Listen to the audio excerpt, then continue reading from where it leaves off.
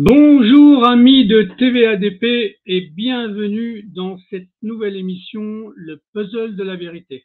Alors aujourd'hui, c'est un jour un peu particulier parce que j'ai deux invités. Et les deux invités ont ce qu'on appelle, on va dire, un débat ou un entretien complémentaire. Donc là, le premier qui est arrivé, c'est lui que je vais faire parler parce que il devait être le deuxième, mais la situation fait qu'il va être le premier. Est-ce que Monsieur Michel Chanu, il est dans le quartier? Ouais, il est là. Bonjour Michel, comment vas-tu? Salut Christophe. Ouais, la chronologie des choses, elle va peut-être être un peu changée. Alors bonsoir à toi. Bonsoir à Franck qui nous écoute. Et puis bonsoir à vous tous. D'accord. Euh, Écoute, tu vas commencer de parler de la chose, du sujet dont on avait avec Franck, d'accord, qui viendra tout à l'heure, qui prendra le relais. Donc on verra comment ça va se passer, mais tu, tu abordes quand même le sujet puisque tu es le premier arrivé. Donc on y va, c'est parti. on y va, ça marche. Tu te présentes en 30 secondes parce que les gens vont finir par te connaître, d'accord? Et puis après, Ouais, tout le monde me connaît. Je suis un bas normand qui depuis 35 ans a eu un parcours un peu particulier. J'ai rencontré des embûches de manière économique dans ma vie.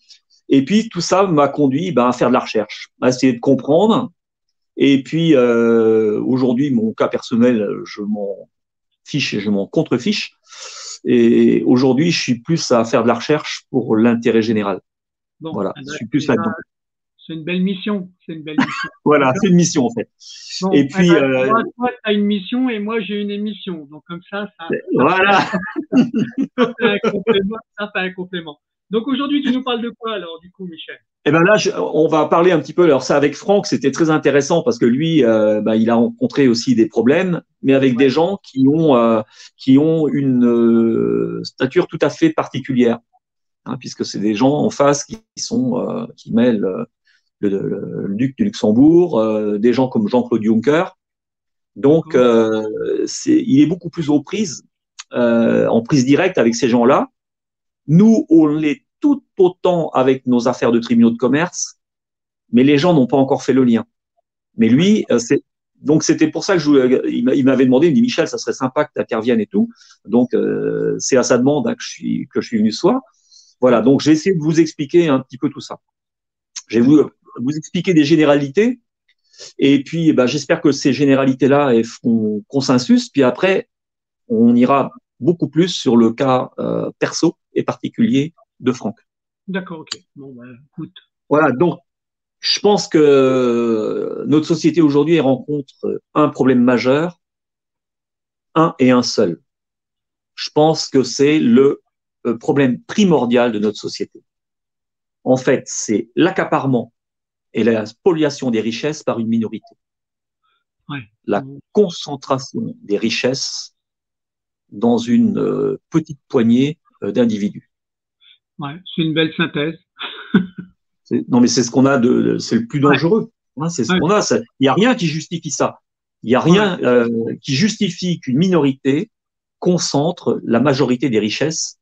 C'est contre nature. Pour tout te dire, dans ce que tu viens de dire là, c'est à peu près la même chose qu'a dit Pierre Barnerias hier dans le Mégaton. D'accord? Donc tu vois, on se rejoint. Voilà, bien sûr.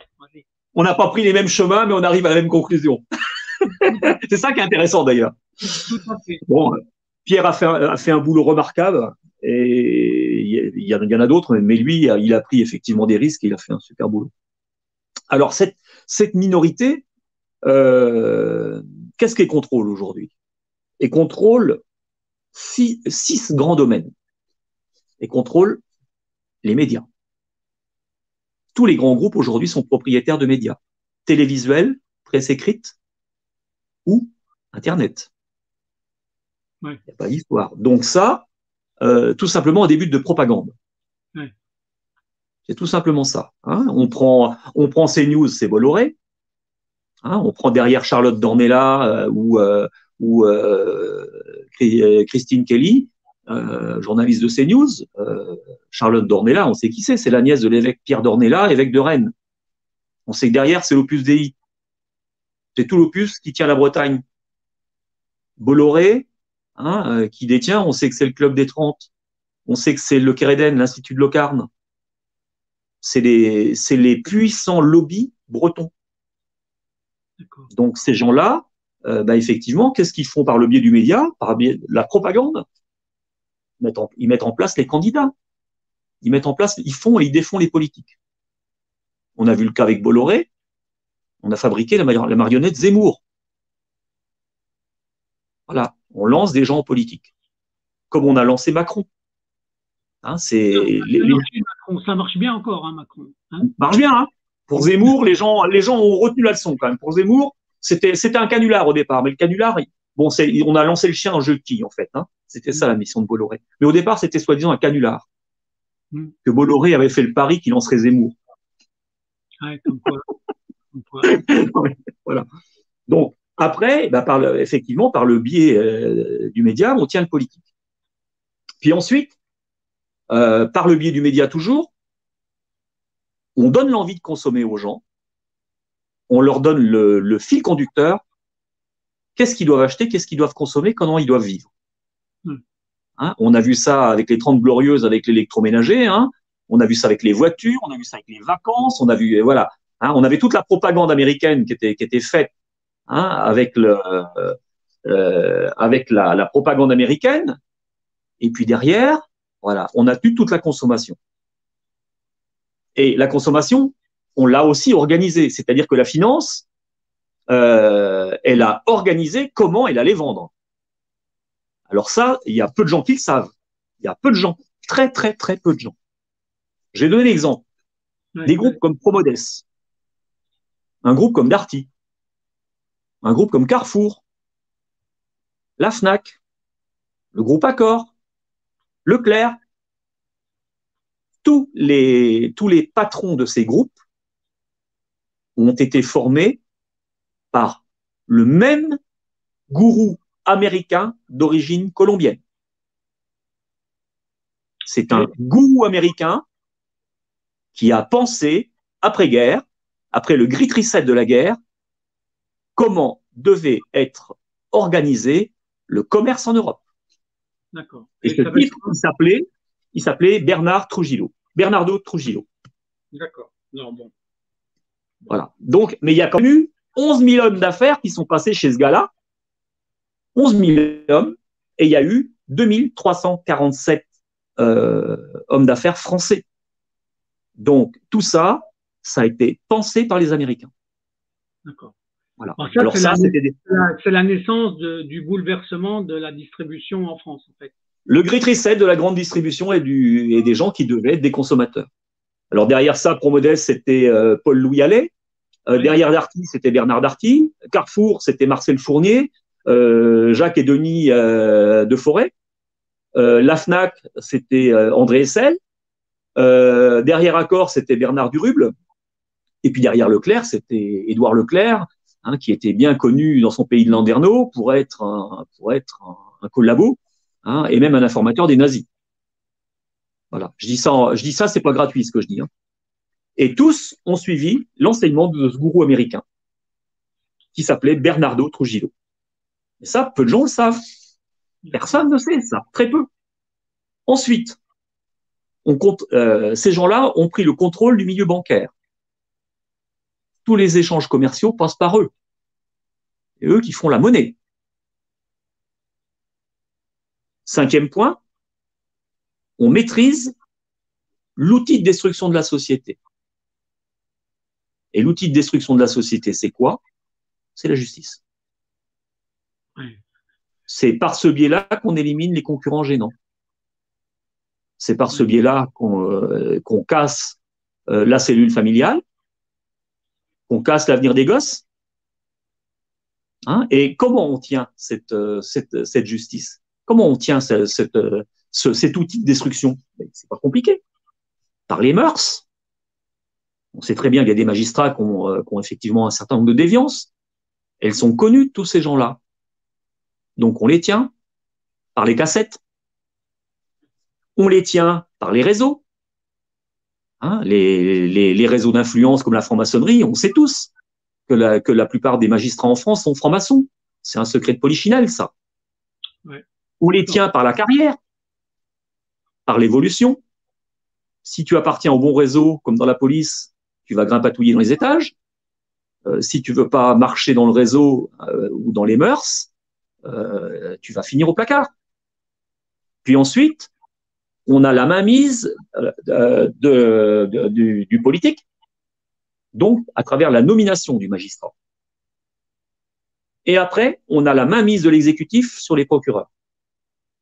Voilà comment on tient l'outil de casse, de destruction de la société.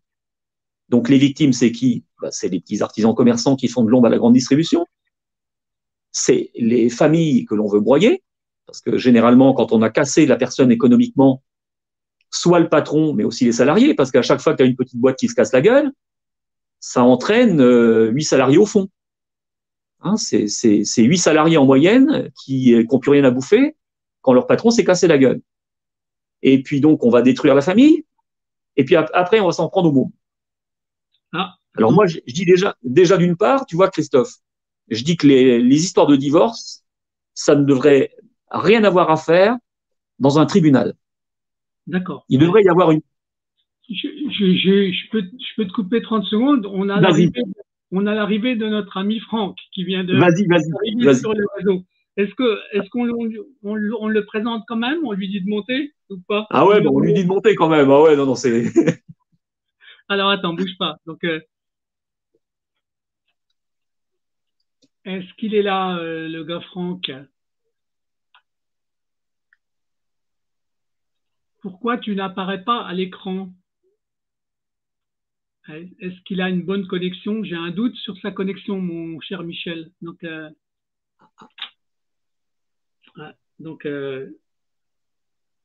viens de lui envoyer un SMS. Donc, tu vas. Donc là, c'est marrant ça, parce que je le vois en dessous, toi. Donc, et quand il apparaît pas à l'écran. Donc, vas-y, continue. J'espère qu'il va se reconnecter, parce que là, pour l'instant, il a pas de parole, il n'a pas d'image. J'ai que ça après image. D'accord?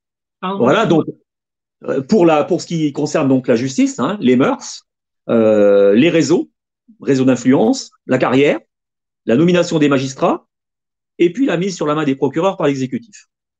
Ouais. En plus, ce que peu de gens savent, c'est que la criminalité, elle est aussi tenue par le milieu financier. C'est eux qui tiennent la grande criminalité mondiale. Et ça, c'est peu connu des gens. Et je donnerai un exemple. Lorsqu'on a eu la Seconde Guerre mondiale, on a eu des gens qui étaient proches des fascistes, hein, qui s'appelaient des gens du grand banditisme français, qui s'appelaient Carbone et Spirito, qui étaient ce qu'on appelait la bande de la rue de Lauriston. Mais on avait aussi un numéro 3. Et ce numéro 3, il s'appelait Étienne Léandri. Ouais. Et Léandri, alors ça, c'est la spoliation des biens juifs, hein, parce que les biens juifs en France, ils n'ont pas été spoliés par les nazis. Ceux qui se sont collés à la sale besogne, c'est les gens du banditisme français et qui en plus bénéficiaient d'une carte de police de la police de Vichy. C'est ces gens-là qui ont été au charbon pour spolier les juifs. Et un type comme Léandri, qui faisait partie de la bande, il s'est exfiltré par l'Italie à la fin de la guerre, mais après il est tombé dans le giron de la CIA. C'est la CIA qui a utilisé Étienne Léandri, qui était un proche de Charles Pasqua, mais qui était aussi un proche de monsieur Poncelet, président du Sénat français. D'accord. Voilà, donc ce gars-là, il était tenu par la CIA, on le retrouve dans les affaires Elf, on le retrouve aussi, Christine de Viejoncourt, on pourrait en parler d'ailleurs, hein, de ça. Et on le retrouve aussi dans l'affaire Alstom. Voilà, donc ce mec-là était un criminel piloté par les Américains. Ça, très peu de gens savent. Et là, on est aujourd'hui à un moment crucial. Là, on a un an et demi pour réagir. On est à une croisée de chemin. On est à une croisée de chemin parce que toute la donne s'est modifiée depuis les attentats. C'est-à-dire que là, ce que la finance veut faire, ce que ces gens-là veulent faire, c'est mettre la main sur notre liberté. Ouais. Et ça, on a eu ça par le biais de la fabrication des attentats sous faux drapeaux.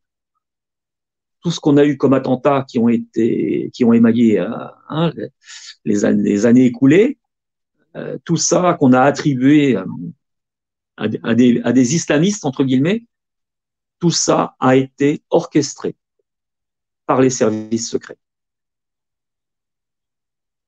Ça, si vous décortiquez les attentats, toute la série d'attentats, c'est cousu de fil blanc. Alors, derrière ça, vous avez la perte de nos libertés individuelles par l'état d'urgence. Oui. Donc, aujourd'hui, l'état d'urgence, il est permanent. Oui, ce qu'on avait dans les mesures d'exception. Et ces attentats, ils sont venus quand on s'est attaqué à la destruction du droit du travail, quand on a détruit les lois du travail en France sur demande de l'Europe, le fameux plan El Khomri.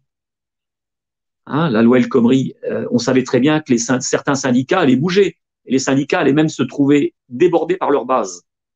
Donc, on a mis l'état d'urgence pour que personne ne puisse bouger après l'utilisation du 49.3 par l'Assemblée nationale. Ensuite, on a quoi? On a eu la privation de nos libertés par le biais du médical. Ça a été l'affaire du Covid. Le Covid, ça a été ce qu'on ne pouvait pas poursuivre avec l'état d'urgence et avec les attentats, parce que les gens commençaient à comprendre. Donc là, on a commencé à utiliser la pandémie pour commencer à s'attaquer premièrement au contrôle de nos données médicales. On a voulu quelque part clanifier, faire des clans, libaniser la France. Alors on a déjà les clans ethniques, les clans communautaires, mais là maintenant on a les clans des pro ou anti-vax, divisés pour mieux régner. Et ensuite la mondialisation qui a culbuté les frontières, eh bien le Covid les a replacées les frontières. Puisqu'aujourd'hui, on va avoir un contrôle de nos déplacements avec un QR code. Donc, on est en train d'en refabriquer les frontières.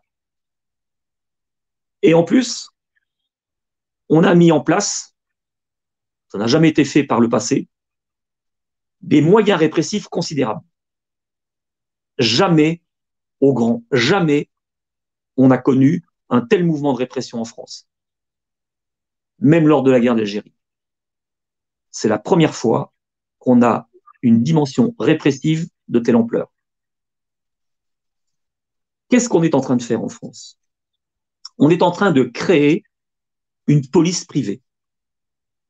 C'est-à-dire qu'on est en train d'encadrer les professions de sécurité. On a créé ce qu'on appelle le SNAPS. Et tout ça pour, en fait, déléguer des missions de police à ces boîtes de sécurité. C'est la privatisation policière. Derrière ça, vous avez un éminent franc-maçon, le grand maître du Grand Orient, Alain Bauer. Et en fait, Bauer, quand je vous parlais des attentats tout à l'heure, est-ce que vous vous rappelez des affaires de Tarnac? Oui. On avait monté une opération barbouzarde en accusant des gens d'extrême gauche d'être entre guillemets, des terroristes, de placer des morceaux de ferraille sur les caténaires. Et en fait, on a attribué tous ces méfaits-là à un monsieur qui s'appelait Julien Coupat, qui venait d'écrire un bouquin. Et il mettait en garde contre les mouvements sociaux à venir. Parce que le capitalisme était poussé à un tel extrême qu'il fallait s'attendre à des débordements de toutes parts. Et ce bouquin, il est tombé dans les mains d'Alain Bauer, qui s'est empressé d'en commander 40 exemplaires et qui l'a refourgué à tout un tas de ministres en disant « Regardez, voilà ce qui va se passer ». Et ça, c'était avant les attentats. Donc, en fait, on a fait toute une série parce qu'on avait prévu que les gens allaient bouger, allaient se soulever. Ensuite, on a un problème avec la police concernant son infiltration par les réseaux fascistes. On sait pertinemment que la police, à plus de 75%, vote Front National. La police, elle est noyautée, infiltrée par des gens du milieu criminel et par des gens d'origine fasciste. Je donnerai 2 exemples. Le dernier en date, c'est l'affaire du Stade de France. Qui on retrouve à côté du préfet l'allemand? On retrouve un monsieur qui s'appelle Pierre-Antoine Thomy. Qui est Pierre-Antoine Thomy? Le frère cadet du parrain des parrains du crime organisé corse, Michel Thomy. Et si on regarde ce qui s'était passé avec les affaires du DPS, le DPS, c'est l'entité de sécurité qui régit le Front National. On a eu un rapport d'enquête parlementaire, on a une commission d'enquête parlementaire qui a rendu un rapport, le rapport 1622, qui s'inquiétait déjà, ça c'est en 99, pour l'infiltration de la police par les milieux fascistes. 1999. Qu'est-ce qu'on a fait aujourd'hui? Rien. N'oublions pas que le Front National a été à l'origine financé par la secte Moon. Tiens, encore un mouvement sectaire. Ça, toutes les personnes l'ont oublié. Donc voilà tout ce qu'on a aujourd'hui. C'est-à-dire que là, on est en train de construire un mouvement répressif d'ampleur pour museler les contestataires. Ensuite, ça entraîne quoi pour les victimes? Pour les victimes, ça entraîne la spoliation de nos biens. Les PME, les PMI perdent leurs entreprises. Les plus fragiles d'entre nous, les anciens, sont foutus sous tutelle, on leur pique leurs biens. Et puis, les salariés qui se retrouvent virés quand leur boîte a fermé, eux, naturellement, ils peuvent plus payer la baraque. Et la plupart du temps, en France, on vit quasiment une crise des subprimes bis. C'est-à-dire que les gens ne peuvent plus rembourser, ils sont saisis. Ça entraîne la précarisation, il n'y a plus d'accès au travail pour les patrons et pour les salariés. Ça entraîne la destruction des familles, parce que quand il n'y a plus rien à bouffer dans la gamelle, les couples éclatent, ce qui est bien normal. Et puis, on a à travers tout ça la destruction mentale des gamins. Regardez ce que ça fait comme dégâts chez un gosse de voir ses parents divorcés. Ouais. C'est pas rien. On s'aperçoit que les gosses de divorcés, les couples, la plupart du temps, derrière, ils tiennent pas. C'est très, très fréquent. Très fréquent. Donc, c'est la destruction mentale des gosses. Et pour la plupart, ça entraîne la maladie. Parce que quand on voit les gens qui ont été spoliés, il faut être d'une structure psychique relativement solide pour pouvoir traverser toutes les épreuves. Donc, la plupart du temps, c'est un mode d'épuration. Et là, maintenant, aujourd'hui, qu'est-ce qu'on va nous rogner? Parce qu'on nous a déjà payé nos moyens de subsistance. Maintenant, on va libaniser le pays, c'est-à-dire qu'on va créer des clans, les anti, les pro-vax, les communautés les unes contre les autres. C'était le but des attentats, monter la communauté française contre la communauté musulmane. Heureusement, ça n'a pas pris. Heureusement, on a des quartiers qui ont été relativement intelligents, qui n'ont pas fonctionné dans le piège à con. Ça, on peut les remercier parce qu'au moins, ils ont été vraiment pas mal sur ce coup-là. Maintenant, on va atteindre à notre liberté de nous déplacer. On a déjà bien atteint à nos libertés privées, parce qu'aujourd'hui, la conversation qu'on a aujourd'hui ensemble, elle passe par le net. Oui. Donc, tout ça, nos amis grandes oreilles n'en perdent pas une miette. Donc, la vie privée, on n'en a absolument plus du tout. On est en train d'atteindre à la vie des gens, c'est-à-dire que quand les gens aujourd'hui sont plus rentables, on les a fait payer des cotisations sociales toute leur vie, mais dès qu'ils sont sortis du circuit du travail, c'est l'euthanasie.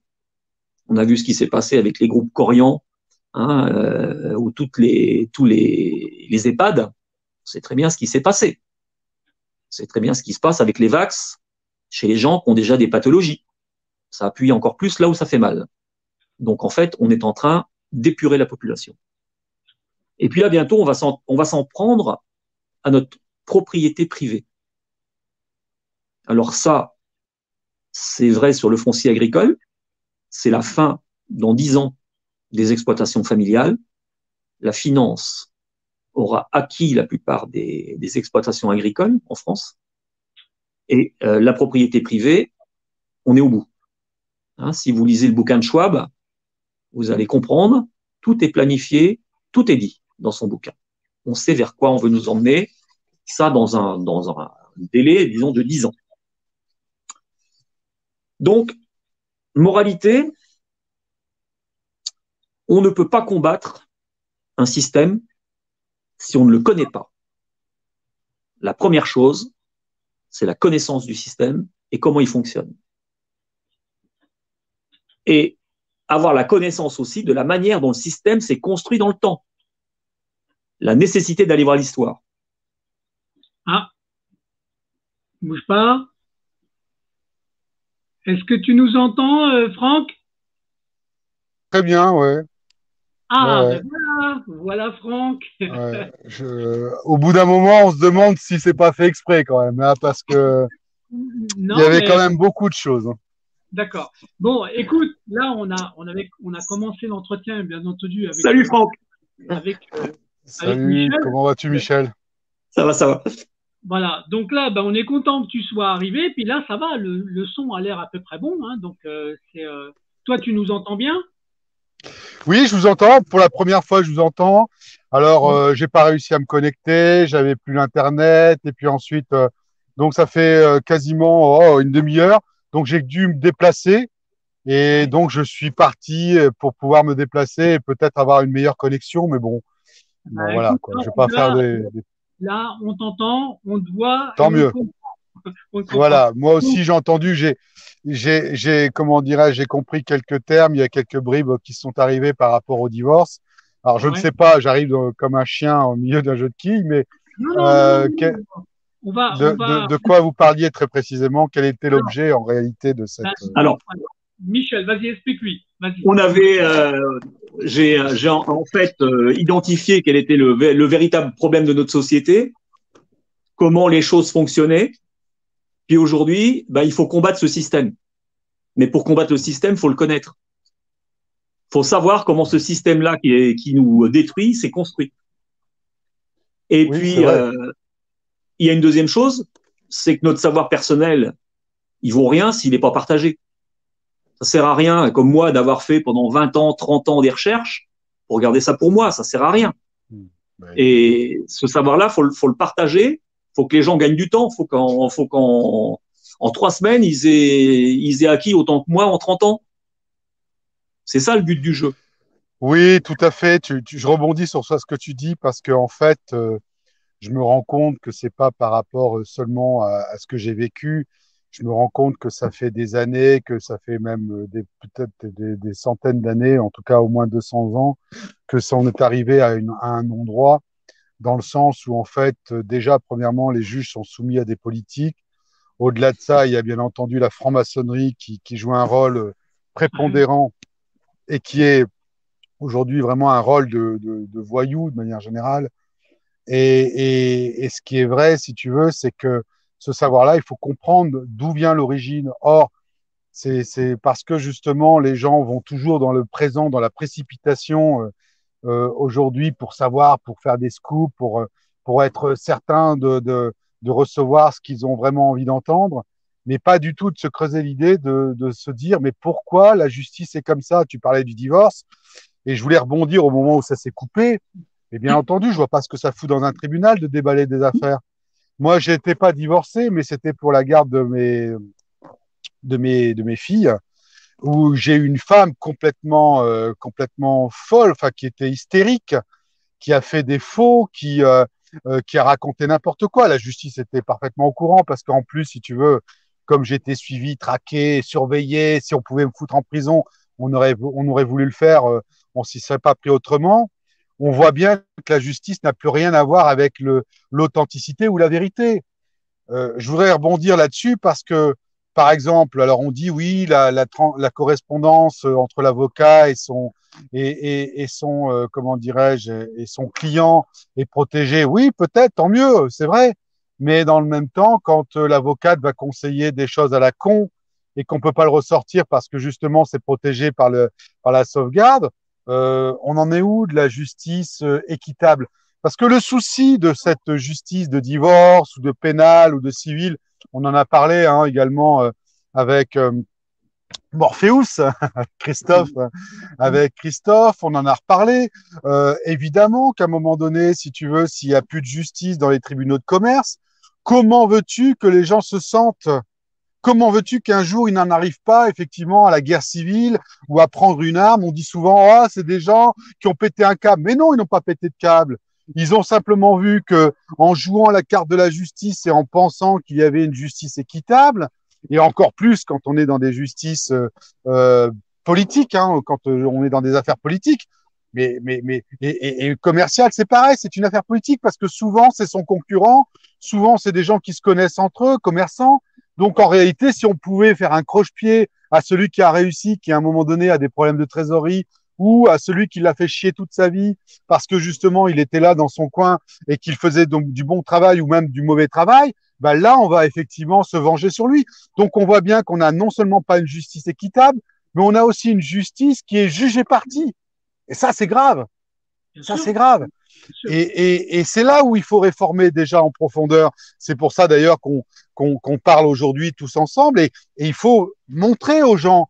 Et c'est pour ça que je vais écrire aussi ce bouquin. Ça fait des mois, mais je suis tout le temps pris. C'est-à-dire que je suis pris, par exemple, je donne un exemple parce que c'est intéressant l'acharnement qu'ils ont contre moi, qui va se terminer d'ailleurs très certainement par la mise en prison de procureurs et de juges. Ils y croient pas, mais on verra comment ça va se passer. Mais pour revenir, par exemple, à une simple affaire. Une simple affaire, ça commence par le non-port du masque, qui est d'ailleurs dans un lieu public, grand public, aéré, tout ce que tu veux. Les policiers municipaux, parce qu'il faut toujours revenir à la source.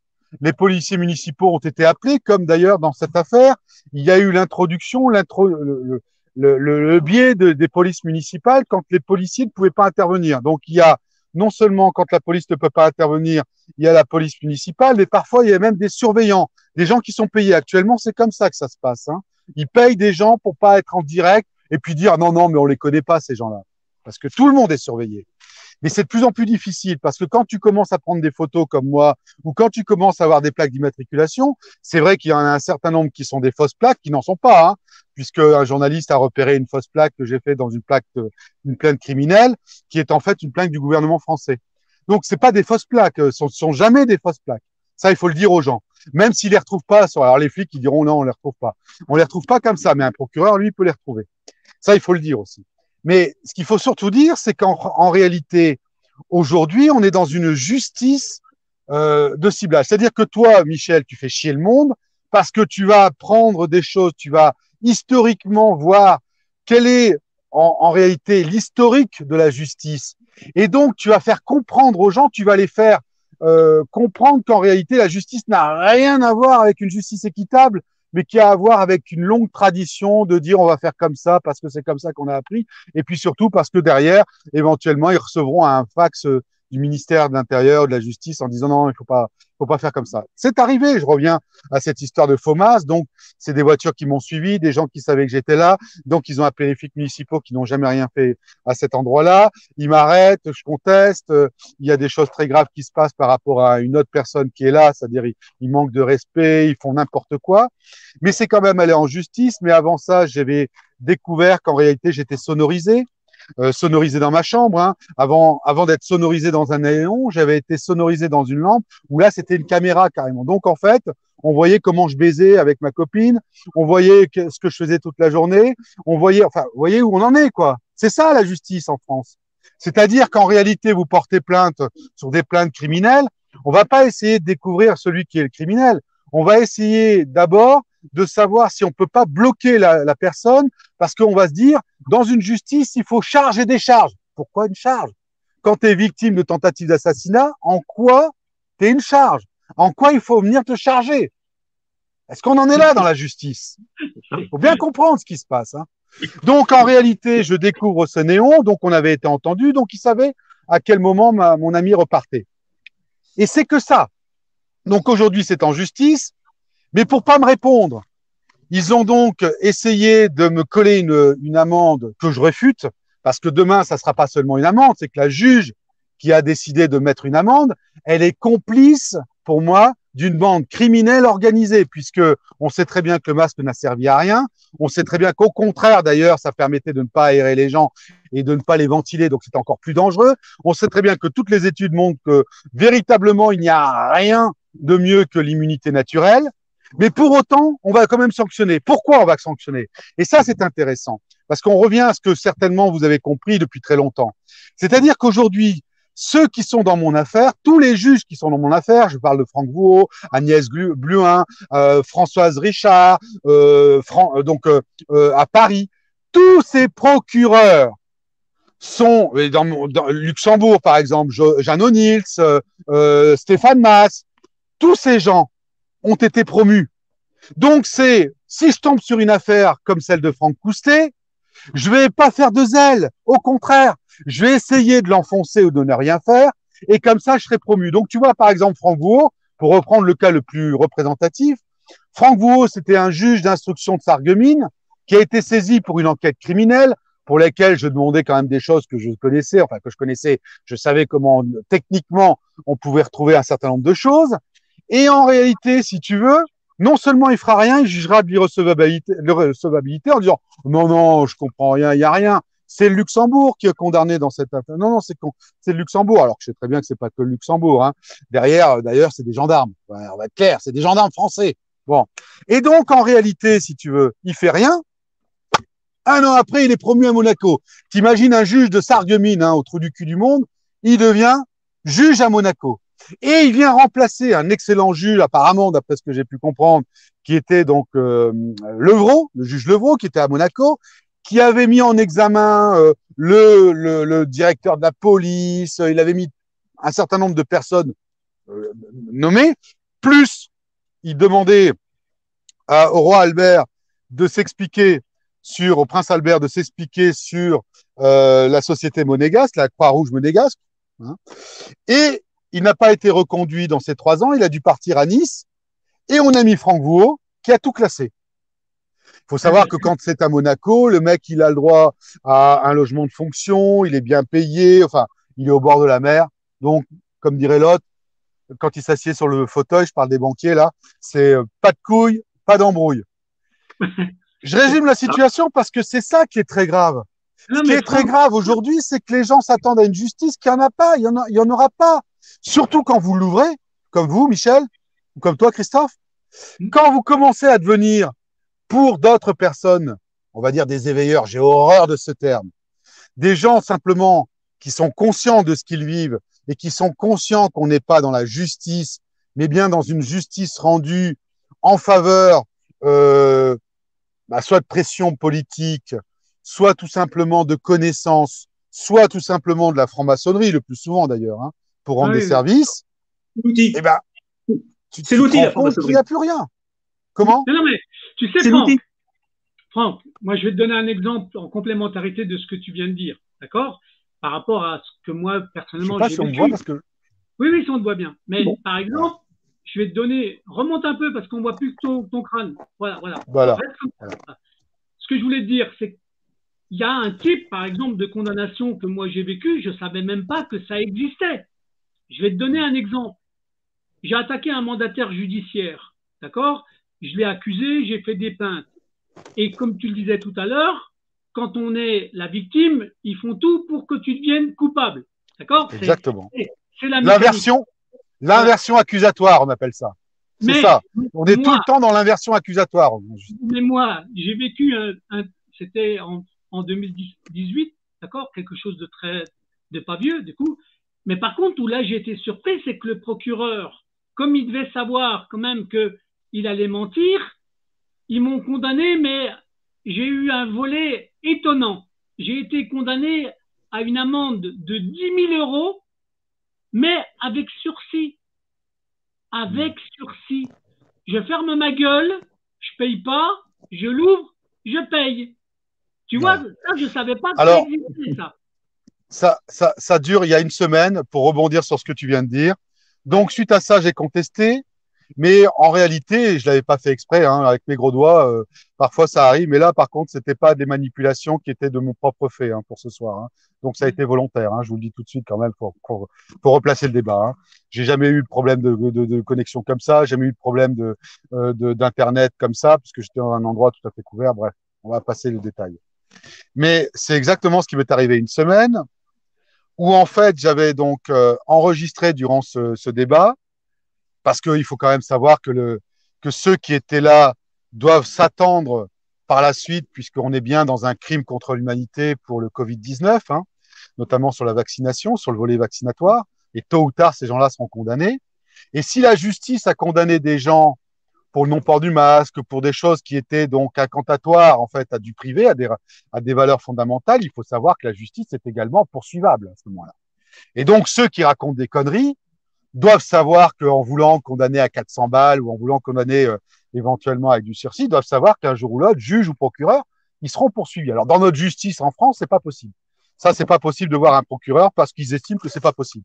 Bah, ça doit, à l'avenir, ça sera possible. Je vous le dis tout de suite. Non seulement ça sera possible, mais ça sera de fait quelque chose qui sera envisagé. De fait. C'est-à-dire que on va demander les conflits d'intérêts, on va demander effectivement s'il n'appartient à aucune loge, on va demander s'il est élu, bien élu, s'il n'a pas été élu par quelques copains à lui, en tout cas qu'il n'a pas encore une fois de conflit d'intérêt de prise illégale d'intérêt dans cette affaire.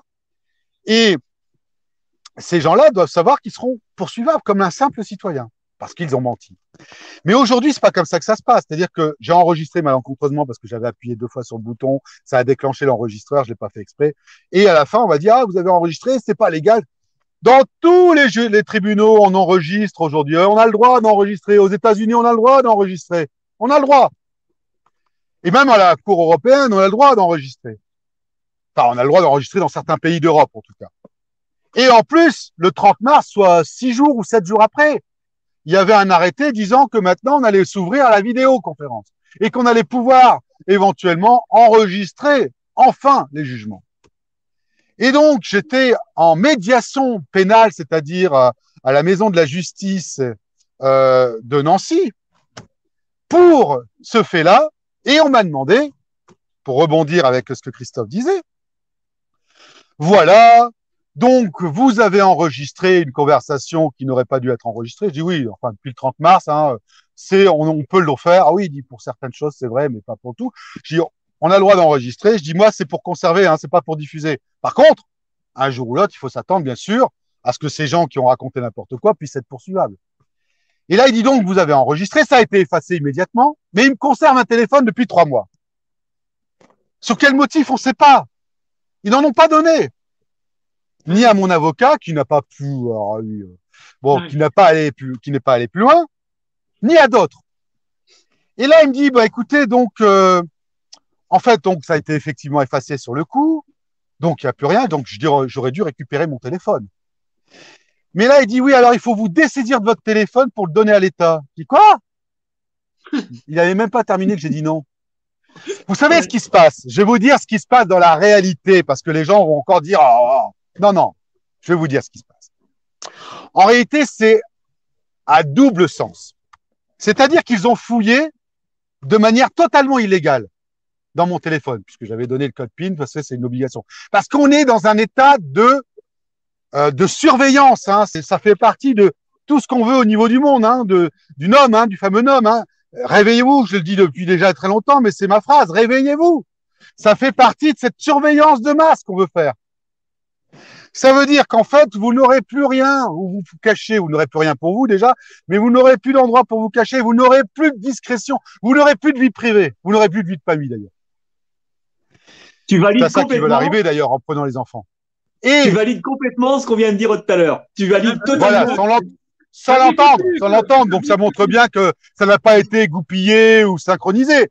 Sans l'entendre, parce que c'est du réalisme, c'est du vécu. Alors je vous raconte. Ils ont dû très certainement voir un truc là-dedans. Alors attention, il n'y a rien hein, dans mon téléphone, c'est uniquement des photos de mecs qui me suivent, qui me surveillent, des vidéos, des conversations, des choses comme ça. Hein. Il n'y a rien de. Mais ils ont dû peut-être pouvoir prendre quelque chose qui permettrait de m'agripper, parce qu'ils cherchaient que ça. Ils cherchaient pas à découvrir la vérité. Ils la savent, ils savent que c'est eux qui sonorisent. Donc ils ont dû découvrir quelque chose et ils disent comme ça sera remis à l'État. Si vous le donnez à l'État, bah on pourra toujours vous poursuivre ou un jour on ressortira cette fameuse conversation que vous n'aviez pas à faire, qui est bien sûr contre moi. Mais le double sens, c'est surtout le fait que comme j'ai des photos d'un certain nombre de gens qui sont des gens, alors on va le dire parce que là aussi il faut pas être dupe, ce ne sont plus des policiers parce qu'ils en ont tellement fait qu'aujourd'hui ils prennent des personnes interposées, des surveillants pour lesquels ils donnent soit de l'argent, alors pas la police, mais ils vont, par exemple, donner un service contre un autre, parce qu'on en est dans le troc. Et donc, on veut dire, ah, mais qu'est-ce qu'il a à voir, ce mec-là? Il a rien à voir avec cette affaire, sauf qu'il t'a surveillé, qu'il a envoyé un SMS, qu'il a dit, comme là, je n'arrivais, là, je ressors du Luxembourg, j'ai été surveillé comme je le suis toujours en sortant. Toujours, mais pas pour ma sécurité. La sécurité, ils s'en foutent. Si je crève demain, ils s'en foutent. Ils s'en sont responsables. Hein. Il y a eu plus de 20 tentatives d'assassinat. Je suis tout le temps surveillé, mais ils arrivent encore à m'assassiner. Enfin, à tenter de m'assassiner. Donc, s'ils avaient vraiment voulu une sécurité, ils se collaient à mon cul et puis ils bougeaient plus, quoi. Hein. Mais en réalité, c'est pas ça qu'ils cherchent.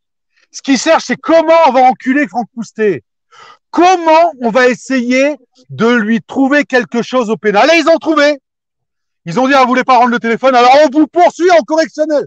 À quel titre? 226-31. Alors, quand il a dit 226, c'est l'atteinte à la vie privée. Et 31, j'ai regardé, je me souviens même plus. Donc, en réalité, si vous voulez, il n'y a pas de vie privée, c'est pas, il n'y a pas d'atteinte à la vie privée. C'est une, comment dirais-je, c'est une conversation dans un tribunal où tout le monde est convié et que eux ont décidé que ça soit feutré parce que la France a décidé toujours d'ailleurs. Derrière, alors il faut se méfier aussi de la vidéoconférence, hein, il faut se méfier de la vidéo parce que derrière, il y aura des vidéos qui partiront sur le net et puis là aussi, ils pourront faire pression par rapport à ce qui a été dit sur le juge d'instruction en disant vous allez faire ça. Mais aujourd'hui, si éventuellement il faut filmer, c'est qu'il y a tellement peu de droits que ces gens qui font le droit, qui rendent des jugements, devront rendre des comptes. Et il n'y aura aucune prescription pénale. Ils pourront voter comme ils ont voté depuis 5 ans avec 27 députés s'ils le veulent. Ça vaut que dalle. À un moment donné, il faut qu'ils sachent, et je le répète, il faut qu'ils sachent que la justice va passer, la vraie justice. Et là, on va rigoler. Parce qu'on ne peut pas sans arrêt arriver dans un pays qui se déclare un pays des droits de l'homme, alors qu'il n'en est pas, il l'a écrite, juste la déclaration des droits de l'homme, mais il n'en a pas fait plus. Donc on ne peut pas arriver dans un pays qui se déclare la déclaration des droits de l'homme quand on voit un état de non-droit qui n'a jamais été autant si peu respecté.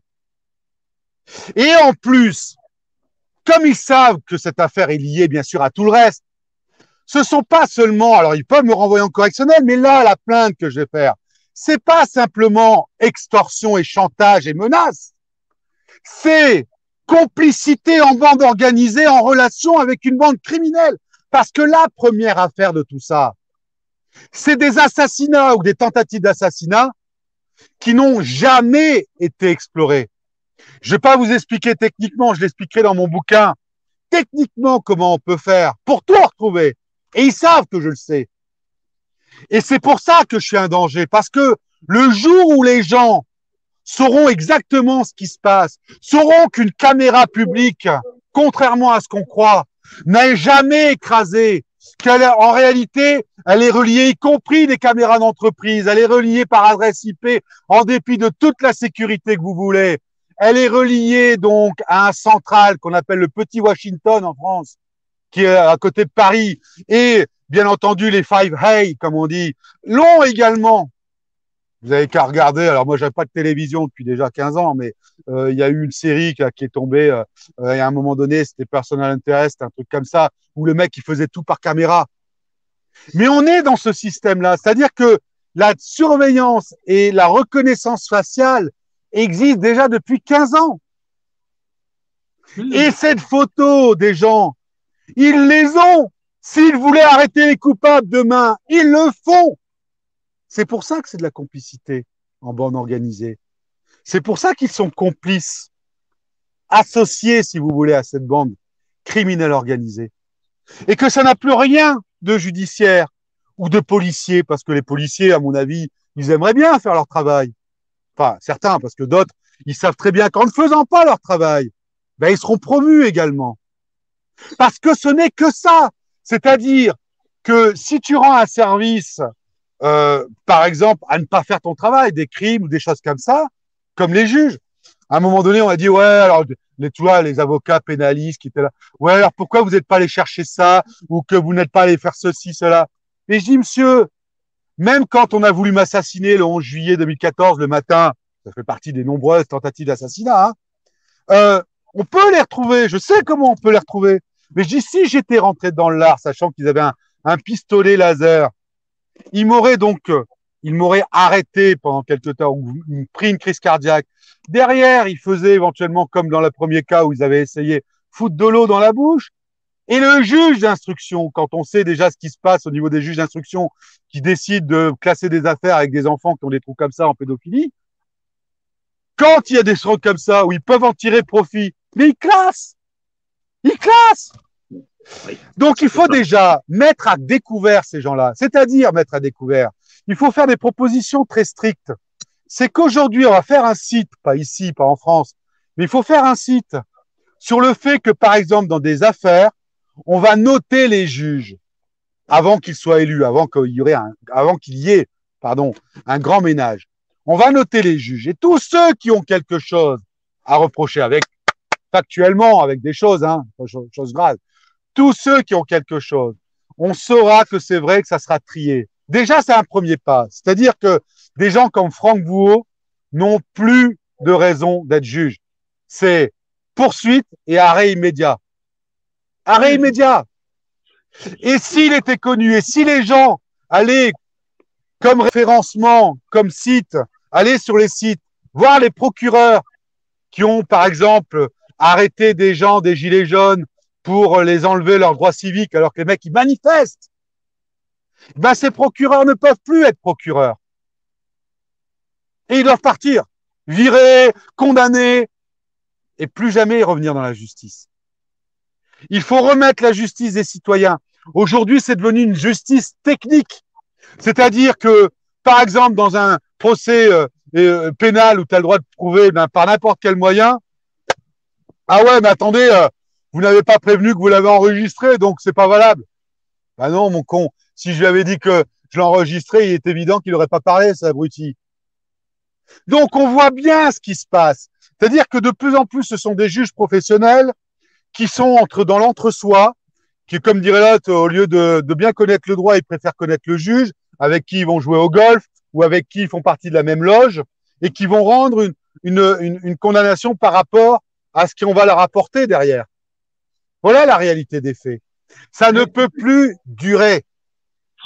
Parce que on sait très bien que ça va se terminer par une guerre civile où un jour, un type pètera un câble et rentrera avec son fusil, il fusillera tout le monde dans le tribunal judiciaire. C'est comme ça que ça va se terminer.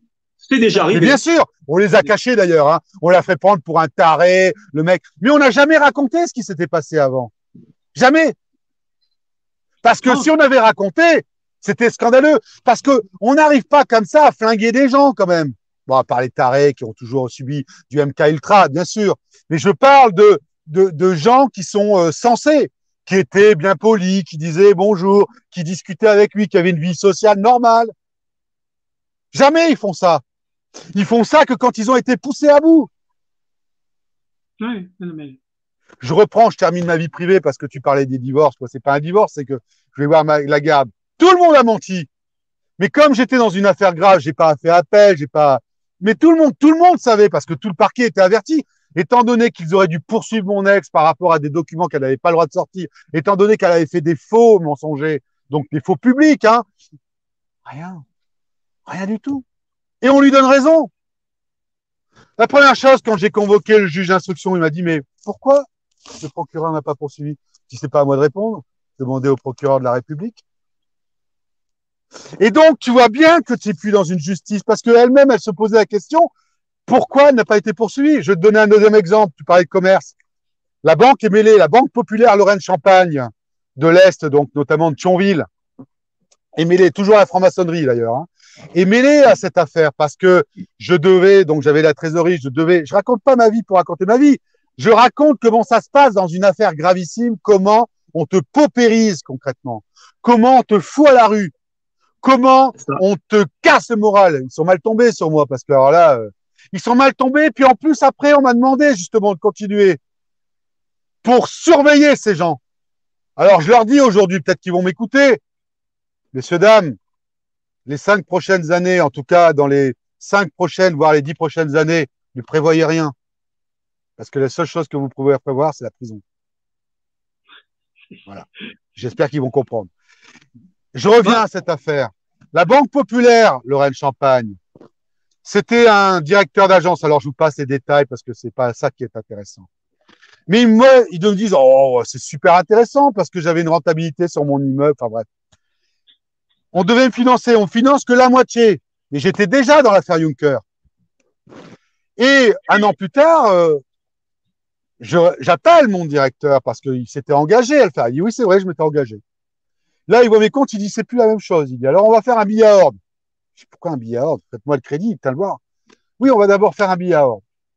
Entre-temps, je deviens partie prenante dans cette affaire. Je fais un deuxième billet à ordre. Et là, au deuxième billet à ordre, le directeur me regarde et me fait se couster. Vous savez que Natexis, donc c'est la holding au Luxembourg, hein, pour bien montrer la connivence. Vous savez qu'elle se porte mal.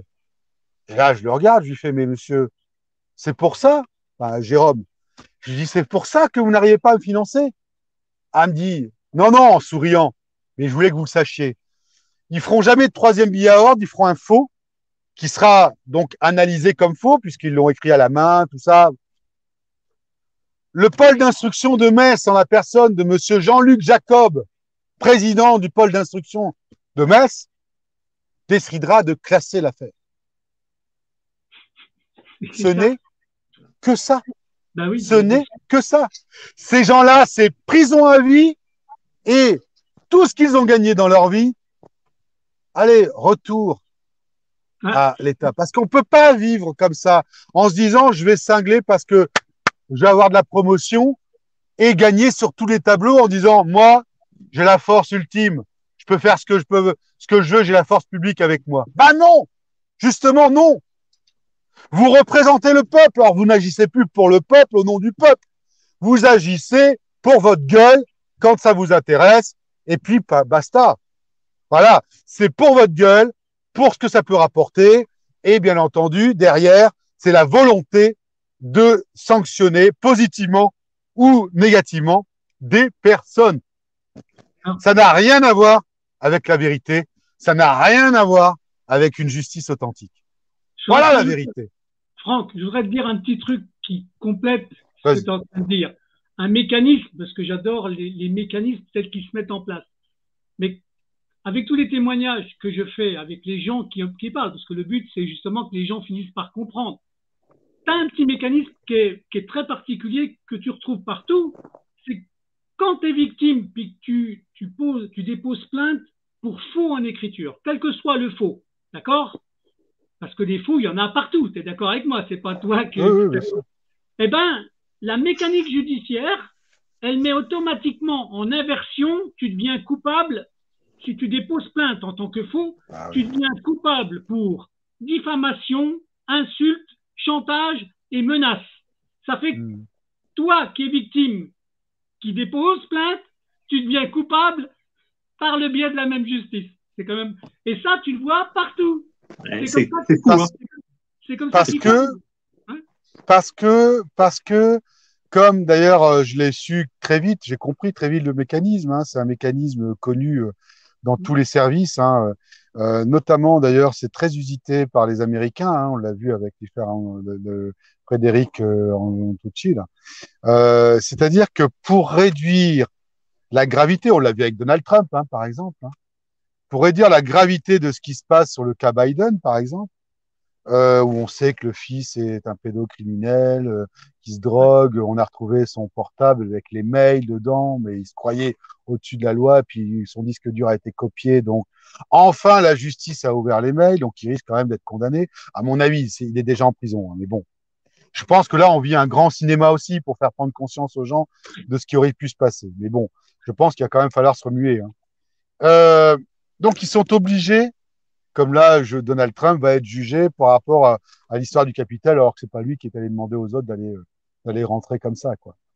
Et c'est là où c'est grave. C'est-à-dire que si les Français comprenaient qu'il fallait s'unir pour détruire ce système-là et revenir à un système de citoyens et d'élus, c'est bien entendu là où on retrouverait, si tu veux, les choses correctes.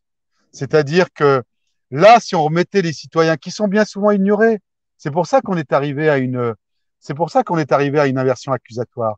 C'est que ils voudraient négocier ce qui sera jamais négociable avec moi. Ce qu'ils voudraient négocier, c'est négocier, si tu veux, la possibilité d'arrêter mes poursuites, par exemple pour les faux masques comme pour le reste, parce qu'ils savent qu'un jour, cette affaire va ressortir.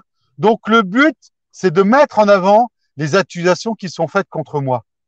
C'est pas de dire pourquoi il y avait une sonorisation dans ma chambre pour savoir ce que je racontais à mon ami ou pour savoir comment je baisais ou pour savoir effectivement ce que je faisais dans ma chambre. C'est juste pour prendre des phrases, bien sûr, bien déterminées, ce qu'ils ont déjà fait d'ailleurs à Paris dans des faux rendez-vous, dont j'attends toujours les résultats de l'enquête. C'est-à-dire que ça a commencé en 2014 par des fonctionnaires d'État qui se sont fait passer passer pour des avocats et qui m'ont enregistré et qui m'ont dit, vous savez, parce qu'à l'époque, bon, je vais pas tout raconter parce que c'est trop long, mais à l'époque, j'avais donc joint des avocats fiscalistes et puis un certain nombre de gens. Et là, ils m'ont dit, vous savez, on n'a pas de gens qui ont de l'argent à l'étranger. Je dis, bah, je m'en fous, moi, ce que je voulais, c'était travailler. Donc, je voudrais qu'ils puissent comprendre que là, il y a des choses qui doivent se faire pour eux. Et donc, et puis je dis, bah, il me dit, oui, mais il n'y a pas d'argent, il n'y a pas de blanchiment hein, dans notre genre de. Non, on ne fait pas ça. Sous-entendu, toi, tu le fais, quoi. Je dis, mais ça va pas. Je dis, il faut qu'ils soient condamnés. D'ailleurs, c'est marrant, hein, parce qu'en fait, ces gens-là, ils n'ont rien eu. Quand vous regardez, ils ont planqué leur argent pendant des années et des années. Résultat des courses, ils ont eu donc une amnistie qui a été votée par des juges qui ont donc dit, bah oui, alors écoutez, si jamais vous déclarez vos sommes d'argent, vous ne serez pas condamné. Pourtant, le mec, pendant 20 ans, il a gagné de l'argent, il a mis ça à l'étranger sans jamais rien déclarer, et il n'est pas condamné. Il n'est pas poursuivi au pénal. Donc, ça montre bien deux poids, deux mesures. Et là, je leur ai dit, maintenant, il faut les deux. Ah, ils m'ont regardé. Mais ils voulaient déjà avoir quelque chose. En fait, on s'aperçoit que les premiers, en réalité, les premiers criminels, c'est l'État. C'est grave, hein, ce que je dis, hein. Bien sûr. Mais c'est l'État. C'est ça. Ce sont des gens de l'État, c'est plus l'État. L'État français, je le respecte, j'ai beaucoup et je respecte également les fonctionnaires, surtout les fonctionnaires qui sont pas à cet échelon tout en haut. Ces fonctionnaires qui font le travail, le vrai travail, qui eux voient ça passer. Il y a une chose qui sont écœurés. Comment? Franck, il y a une chose qui est catastrophique aujourd'hui, c'est que les gens s'en rendent pas compte, c'est que c'est l'économie criminelle avec la complicité des exécutifs qui est en train de prendre le pas sur l'économie réelle. Attendez. C'est le crime qui fait aujourd'hui. Mais il faut arrêter à un moment donné. Je suis fiscaliste international, je me suis toujours tenu à jour. Hein, Donc, on parle de McKinsey et on parle des virements. Mais Véran, qui a été élu, je ne sais pas comment d'ailleurs, mais Véran, comme Macron, comme d'autres, comment aujourd'hui il n'existe aucune sûreté? C'est-à-dire qu'en réalité, c'est des traçages, c'est des transferts, donc tous les codes SWIFT, on les a. Donc, même si tu le mets dans un paradis fiscal, que tu le mets après, si tu veux, on les retrouve toujours. De quoi l'on parle aujourd'hui? D'ailleurs, c'est pour ça qu'il y a les Paperleaks, il y a eu les LuxLeaks, il y a eu tous ces gens-là. De quoi l'on parle? Donc, quand on dit, par exemple, pour Wendler, on retrouve pas ces SMS, mais c'est une grande connerie. Le serveur, il est là, quoi. Allez au serveur et vous les aurez, ces SMS. Même si elle les a effacés sur son portable, putain. Ça, les gens ne le savent pas, dans la majorité des cas. Donc, on est en train d'abêtir les gens. On est en train de les prendre pour des cons. Et les gens disent, ouais, ça va, la justice est sauvée. Elle a effacé ses messages, on peut plus le voir. Bien sûr que si, qu'ils peuvent le voir. Une commission rogatoire va tout de suite le trouver. Tout de suite. Non, mais c'est ce que tu dis, c'est à force de le dire, c'est ça qui est grave. Que ça va rentrer dans la tête des gens. Hein. D'où l'intérêt de le dire, de le redire. Mais je sais pas si ça va rentrer dans la tête des gens. Je crois qu'à un moment donné, en plus depuis les vaccins, ils sont un peu marboules.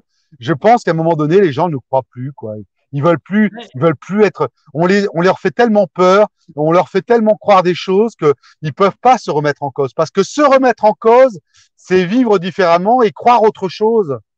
Et ça, c'est difficile parce que comme ils sont tellement formatés par la télévision qu'ils ouvrent tout le temps, même s'ils disent ah ouais mais je la regarde pas, mais elle est jamais éteinte, donc ils écoutent en fond de course. Il y a des messages subliminaux aussi qui transparaissent. Ça aussi les gens ne le savent pas. Donc en réalité, si tu veux, ils sont complètement formatés les gens, mais complètement formatés. Alors il y a des épisodes qui arrivent. Il y en a un en exemple qui est arrivé cette semaine, hein, d'accord, ou la semaine dernière. C'est avec l'ancien juge à la retraite qui s'appelle Butin, qui a parlé de son livre et qui a parlé du dysfonctionnement de la justice. Ne faites pas confiance à votre justice en France. Bah oui. C'est un moi juge non plus. qui le dit dans un gros média. Moi, je l'ai dit, mais attends, tu sais, tout le monde vient là, et ça montre bien. Non, je rebondis sur ce que tu dis, parce que c'est très intéressant ce que tu dis, Christophe, par rapport à ce qui se passe, par rapport à la doxa. C'est-à-dire qu'en réalité, quand tu as vu Bernard Tapie à l'époque et d'autres, quand ils voyaient qu'il y avait des négociations en cours et qu'il y avait de la crème derrière, ils ont dit ah moi je fais confiance à ma justice. Parce que s'ils n'avaient pas dit ça, il n'aurait rien eu. Tu comprends? Parce que c'est la justice qui a force publique, force d'ordre, alors qu'elle a été simplement mandatée, confiée. Hein. Elle n'a pas en tant que telle. Elle doit représenter les citoyens. Point barre. Elle ne doit pas l'avoir en tant que telle. Et donc, quand tu dis ça, mais moi ça fait maintenant 4 ans, vraiment 4 ans. Et j'en fais une dernière. 4 ans, mais je vous dis, je ne crois plus en ma justice, évidemment. Donc, je terminais pour bien montrer que ces gens ne sont plus dans un déni de justice quand ils ne rendent pas ce que je demande. Ils sont dans une complicité en bande. Ils sont associés en bande organisée. C'est plus du déni de justice au sens de oh non, je veux pas. C'est qu'ils savent. Et parce qu'ils savent, ils n'ont rien fait. Ça devient des associés. Ce sont des malfaiteurs associés à une bande criminelle organisée. Et là, c'est plus les mêmes termes. C'est plus simplement de juger sur de déni de justice. C'est juger comme des criminels. Et c'est 10 ans. Mais ils se disent, oh, ma hiérarchie va me couvrir aujourd'hui. Bah non, pas demain. J'ai vécu plusieurs témoignages comme ça où moi je faisais de la fiscalité et que à un moment donné il y avait des gens qui étaient contrôlés et encore une fois, hein, je suis fier de le dire d'ailleurs, hein, parce que quand le fisc français se penchait sur mes clients, eh ben il y a eu 0 redressement.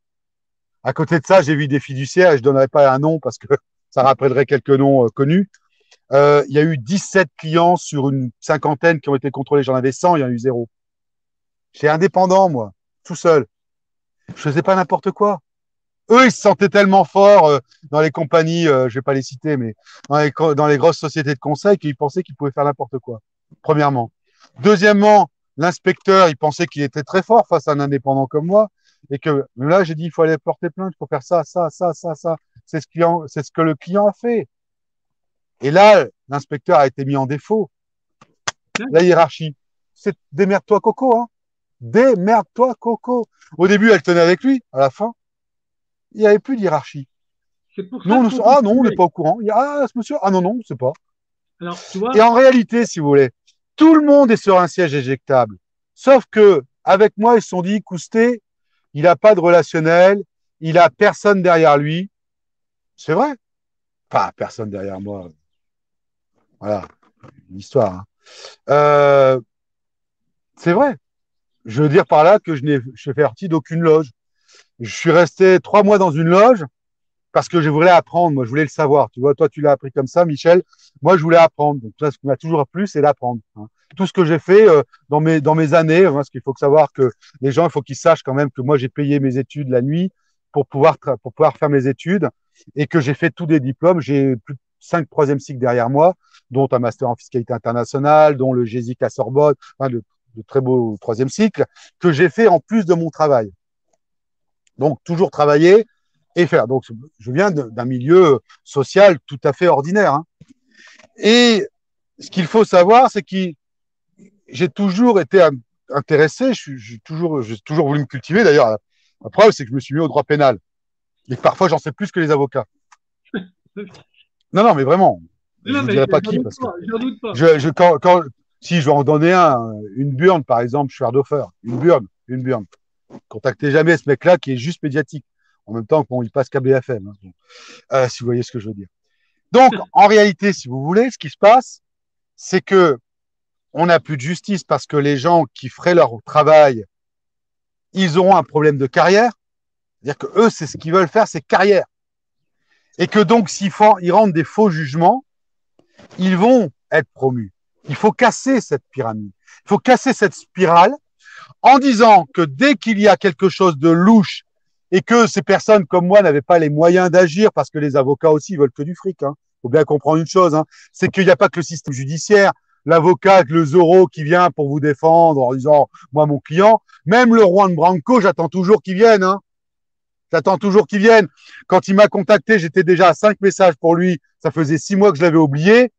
Et là, c'est une assistante qui voulait pas prendre un rendez-vous en direct, qui m'a demandé d'aller sur son site. Mais pour aller sur son site et pour prendre rendez-vous avec lui, ça me coûtait 260 € juste pour lui expliquer l'affaire. Excuse-moi, j'ai pas besoin de lui pour lui expliquer l'affaire dans ce cas-là. Lui qui se targue d'aller voir les gilets jaunes se défendre. Voilà. Politique, spectacle, showbiz. C'est que du spectacle, ces avocats.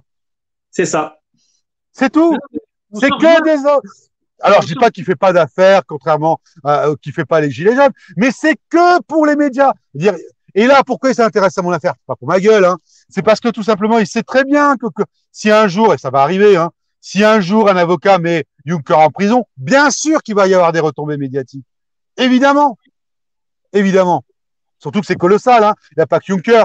Il y a Juncker, Bilgen, le famille grand-ducal. Derrière, il y a Valls. Il y aurait Hollande aussi. Il y aurait Édouard Philippe. Parce que ça a continué les actes criminels en France. Alors, sous le macronisme. Pourquoi ça a continué? Parce que tout simplement, le grand-duc est allé voir Macron en 2018. Il me répondra pas, moi, Macron, comment dirais-je, en mai ou en juin 2017. Par contre, il invitera le grand-duc ou en février 2018, justement, quand il ira en juin 2017 voir Bettel au Luxembourg. Voilà, c'est que de l'intérêt. C'est-à-dire que Macron, il a fait ça parce qu'il avait un deal derrière. C'est-à-dire que, et comme la justice n'est pas indépendante parce que Monsieur Valls s'est dépêché avant de partir parce qu'il savait très bien que pour le Bataclan, il est mal, étant donné que les gendarmes voulaient intervenir bien plus tôt et qu'il leur a interdit. Et que dans mon affaire, j'ai pris des gens qui sont des gens du renseignement ou des flics. Donc, ils savent très bien que les flics sont mêlés à des tentatives d'assassinat. Des flics ou des gens du ministère de l'Intérieur, c'est pareil, hein. Donc, ils savent très bien. Alors, pour pas faire que, parce que ça, c'est très grave, parce qu'en fait, non seulement je suis dans une affaire de crime, mais en plus, la France a essayé de m'assassiner. Alors qu'elle n'avait strictement rien à voir dans cette affaire. Juste pour dire, on va nommer Juncker, ça nous sera intéressant, et ça nous intéressera nous. Cousteau, on en a rien à foutre de sa gueule. Franck, est-ce que je peux te reprendre la parole pour un quart d'heure? Avec grand plaisir. Parce que ça va te permettre de rebondir après sur ce que tu dis. Je vais aller dans des généralités, mais ça va te permettre de rebondir après. Et ça va permettre aux gens de comprendre. Alors déjà, il y a un truc. C'est aujourd'hui, quelle stratégie on doit adopter face à ce qu'on vit. Parce que c'est pas d'aller foutre un bulletin dans une urne. Aujourd'hui, il faut qu'on soit vigilant sur 3 choses. 3 choses. Premièrement, la dialectique. On est en guerre. La dialectique et la rhétorique. Tout ce qui est utilisé dans les médias pour essayer de nous convaincre et pervertir les faits. C'est faux. On n'est que là-dedans. Bien sûr. Que là-dedans. On est d'accord. Ensuite, on est face à 3 systèmes. Là, politiquement, hein, on est face à 3 systèmes. Oui, on est face au système capitaliste. Donc, le système capitaliste, on est de l'extrême droite jusqu'au centrisme, hein, chez nous en France. Hein, c'est le RN jusqu'au parti centriste, le modem. Qui entraîne quoi? Le libéralisme classique, l'ultralibéralisme, le néolibéralisme et l'ordolibéralisme, le libéralisme planifié. Ensuite, on a quoi? À côté de ça, on nous oppose le communisme.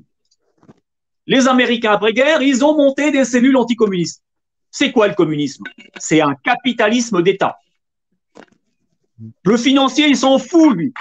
Il s'en fout du libéralisme. C'est ce qu'ils veulent faire. Je te coupe juste pour montrer que tout ce qu'on dit est actuel, c'est ce qu'on vit actuellement. Ouais. C'est-à-dire qu'en réalité, ce qu'ils veulent imposer par le NOM, c'est un capitalisme d'État où on te donnera une carte bleue et tu devras dépenser ton argent. Je l'ai vécu. On devra dépenser ton argent comme ils l'entendent. Moi, je voulais mettre de l'essence dans ma voiture. Ma carte bleue était démagnétisée. Donc, je le vis déjà. Quand je dis je vais faire le bouquin, c'est que tout ce que vous allez vivre, tout ce qu'on va vivre, parce que je me mets dans le groupe, hein, tout ce qu'on va vivre, c'est déjà en place. C'est-à-dire que comme je faisais chier le monde, il fallait pas que je me déplace parce que je prenais des contacts avec des avocats. Il fallait pas que je prenne un avocat. Il fallait pas que je puisse éventuellement aller dans tel ou tel coin pour rencontrer des gens. Donc, en réalité, pour te tuer socialement, on t'empêche de circuler. Donc, je ne pouvais pas prendre d'essence alors qu'il y avait de l'argent sur mon compte parce que on arrêtait la transaction. Donc, on me suivait et ensuite, on arrêtait la transaction électroniquement parce qu'on savait où je m'arrêtais dans les stations-service. Et ça veut dire que les centraux, les distributeurs centraux dans les stations-service étaient donc ça veut dire qu'il y a une intrusion dans ce système informatique pour ne pas donner suite à une demande donc au porteur de la carte bleue tel numéro. On y est déjà. Tout à fait. Alors, tu vois, vas-y. Là-dedans, tu vois, donc tu as le système en clair de Marine Le Pen. Marine Le Pen, son père, il y avait quoi derrière? Il y avait une secte, la secte Moon. Je ne sais pas si tu te rappelles des liens entre le Front National et la secte Moon. Non, alors pour le coup, la culture historique telle que tu l'as, je t'ai déjà dit, hein, tu es très cultivé là-dessus, c'est très intéressant, mais je ne l'ai pas. Non, je savais pas que c'était la secte Moon. De l'autre côté, tu as qui? Les Américains qui étaient derrière, les financiers américains, par le biais de la secte Moon, qui ont fait monter le FN. Tu as, avec l'aide de Mitterrand. Ensuite, tu as les communistes. Les communistes, c'est Mélenchon. C'est Mélenchon, la France insoumise. C'est pas mieux que ce qu'il y a de l'autre côté. C'est pas mieux. C'est le capitalisme d'État. Et entre deux, tu as le système le plus pervers, c'est Macron. C'est sous le pseudo-libéralisme, le capitalisme le plus ultralibéral, c'est celui qui est le plus contrôlé. C'est la perversion totale. Ça, franchement, si vous voulez comprendre ça, récupérez-vous ce bouquin de Bouliane. C'est quoi? La société fabienne. Ah oui. Oui. Tout ça a été théorisé là-dedans. Vous comprendrez ce que vous avez en face de vous quand vous avez Mélenchon, quand vous avez le RN ou quand vous avez le MoDem ou la Macronie. Vous comprendrez que de toute façon, on ne sortira pas de la merde où on est par les urnes. C'est mort. Aujourd'hui, comment on se pose au système? On l'a compris, je crois. Hein? Là, les gens sont en train de pavoiser parce que Mélenchon a gagné. Je rebondis là-dessus. Moi, je dis qu'en réalité, Mélenchon, ils ont très bien joué. Donc, ils avaient déjà prévu l'élection de Macron, alors que Macron était éliminé au premier tour et qu'au deuxième tour, il avait 30%. Milieu de renseignement. Derrière ça, il fallait pas qu'on puisse éventuellement dire aux gens qui allaient péter un câble plus vite, donc il fallait les maintenir en situation. Oh, c'est génial! On va se retrouver en fait en comment on dit, c'est quoi ce terme de quand on a deux oppositions en fait de politique. Comment? Un ballottage? Non, c'est ce qui s'est passé. La thèse et l'antithèse. Non, ce qui s'est passé là avec Jacques Chirac sur Mitterrand là quand il était Premier ministre. La cohabitation. La cohabitation, merci. Vous voyez comme quoi ils m'ont niqué la tête avec les ondes électromagnétiques. Hein. Ah non, je vous assure que c'est vrai, ils m'ont niqué la tête parce qu'avant, j'avais pas de problème de son comme ça. Hein. Et ça va être encore pire maintenant avec la 5G. Et donc, en fait, ce qu'il faut dire là-dedans, c'est que, effectivement, je voulais juste le dire parce que c'est très, très, très important pour que les gens n'espèrent pas quoi que ce soit de ce gouvernement, puisque en réalité, Mélenchon est de toute façon franc-maçon. Ils avaient déjà prévu comme Premier ministre. Comment tu veux prévoir un Premier ministre comme Mélenchon tu sors d'une élection. On sait très bien qu'à toutes les élections, quand c'est vraiment une vraie victoire du gars qui a gagné donc l'élection présidentielle, il a une majorité toujours, il a toujours une majorité absolue de sièges. Donc, comment tu peux expliquer si peu de personnes qui sont réunies pour pouvoir fêter sa victoire et comment tu peux autant enfin, de dire qu'en réalité, on a déjà prévu un Premier ministre de cohabitation, alors que dans tous les cas de figure, ça ne s'est jamais vu autrement. Quand un président gagnait franchement, il avait toujours une franche majorité pour lui. Pas forcément quand il était entre les deux élections, parce que souvent, quand il fait des réformes entre les deux élections, il peut arriver des cohabitations. Mais quand il est élu comme président, évidemment qu'il a une élection franche et majoritaire. Ça veut dire que, dans un premier temps, bien, Seattle, Dominion, Smartmatic, peu importe le logiciel, ils ont bien sûr, traficoté les bancs, ils ont traficoté les votes. Dans un deuxième temps, d'ailleurs, Blanquer, il veut se... Dans un deuxième temps, ils ont quand même un peu traficoté. Et je pense que c'était un peu la tête du client, mais il fallait que Mélenchon puisse passer. Pourquoi? Parce que ça a apaisé les gens. Parce que si Macron passait au premier tour donc de cette élection en tant que majoritaire, là, ça pétait tout de suite. Là, il faut les calmer un petit peu. Il y aura le soleil et les nanas, comme dirait l'autre. Et puis, on va arriver en septembre, octobre. C'est en octobre que ça va commencer à prendre du plus. Ça. Et tu vois bien qu'en fait, tu parlais des sociétés fabiennes et, et, et, et Fabius en fait d'ailleurs partie de la société fabienne. Hein. Il faut le savoir. Hein. Hollande et aussi. donc, Hein. Hollande. Comment Hollande. Oui, oui. Donc, Hollande avec une personne tu vois bien que ces gens qui sont élus, comment dirais-je, n'ont rien à voir par rapport au fait qu'ils aient monté les grades et qu'ils étaient super forts. J'écoutais un reportage qui n'a pas duré longtemps dans une revue où Hollande expliquait ce qu'il allait faire de sa journée quand il était délégué de je sais pas quoi. Il foutait rien, quoi. Il rendait des rapports, il faisait des petites annotations. Pour être payé, il disait 3 000, 4 ou 4 000 balles à l'époque. 4 000 euros, je sais plus quoi. Donc, tu vois bien que ça n'a rien à voir. Et ça, d'ailleurs, il faut bien le préciser aux gens. Les gens qui sont aujourd'hui élus ne sortent pas de n'importe où. Ils sortent de quelque part, c'est-à-dire d'une société de l'ombre qui, bien entendu, vient très rapidement, qui est venue après la Seconde Guerre mondiale, par exemple, c'était les sociétés de Malte pour le Grand-Duc, enfin, les Russiens, qui vient de Bavière, hein, quand c'était après 45. Donc, tu vois bien que ce soit les rois ou les grands-ducs ou les choses comme ça, ces gens-là, c'est par leur naissance, c'est par leur ADN. Pourquoi on a voulu faire les tests Covid? Parce qu'en faisant les tests Covid, ils ont pris l'ADN des gens. Et en prenant l'ADN des gens, ils savent exactement à qui ils ont affaire. Il faut le savoir. C'est-à-dire qu'ils savent si déjà tu es un humain ou un extraterrestre, ça c'est une réalité, mais aussi de quelle descendance.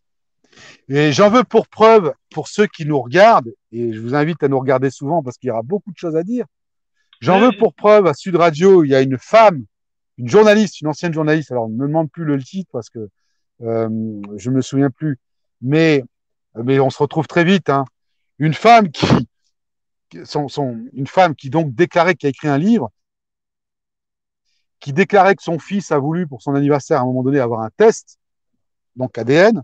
Elle a refusé dans un premier temps, elle a accepté dans un deuxième temps, et elle s'est aperçue en ayant les résultats du nom de son vrai père qu'il était autre que le collègue de travail de sa mère.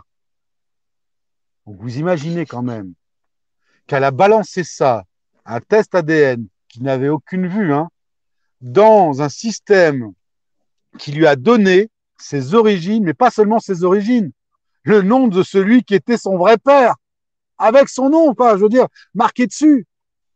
T'imagines le scoop? Et là, elle ne le savait pas, elle. Hein. Bon, alors, j'ai rebondi. Donc voilà, alors, vous allez voilà où nous en sommes. C'est-à-dire que, je vais juste terminer pour te laisser la parole quand il le faut, mais juste pour dire que tout ce qui se passe au niveau de ces hommes incapables, ils sont incapables parce qu'on leur demande d'être incapables, mais ils suivent un plan depuis des dizaines et des centaines d'années et ils ne viennent pas de nulle part. S'ils ont été élus officiellement, c'est qu'on les a pris, on les a choisis parce qu'ils appartenaient à des vieilles sociétés ou des vieilles personnes, enfin des vieilles loges, des vieux trucs. Et il faut toujours se poser, que ce soit sur Sarko, Hollande, je ne savais pas qu'il faisait partie d'une société fabienne, mais ça ne m'étonne pas.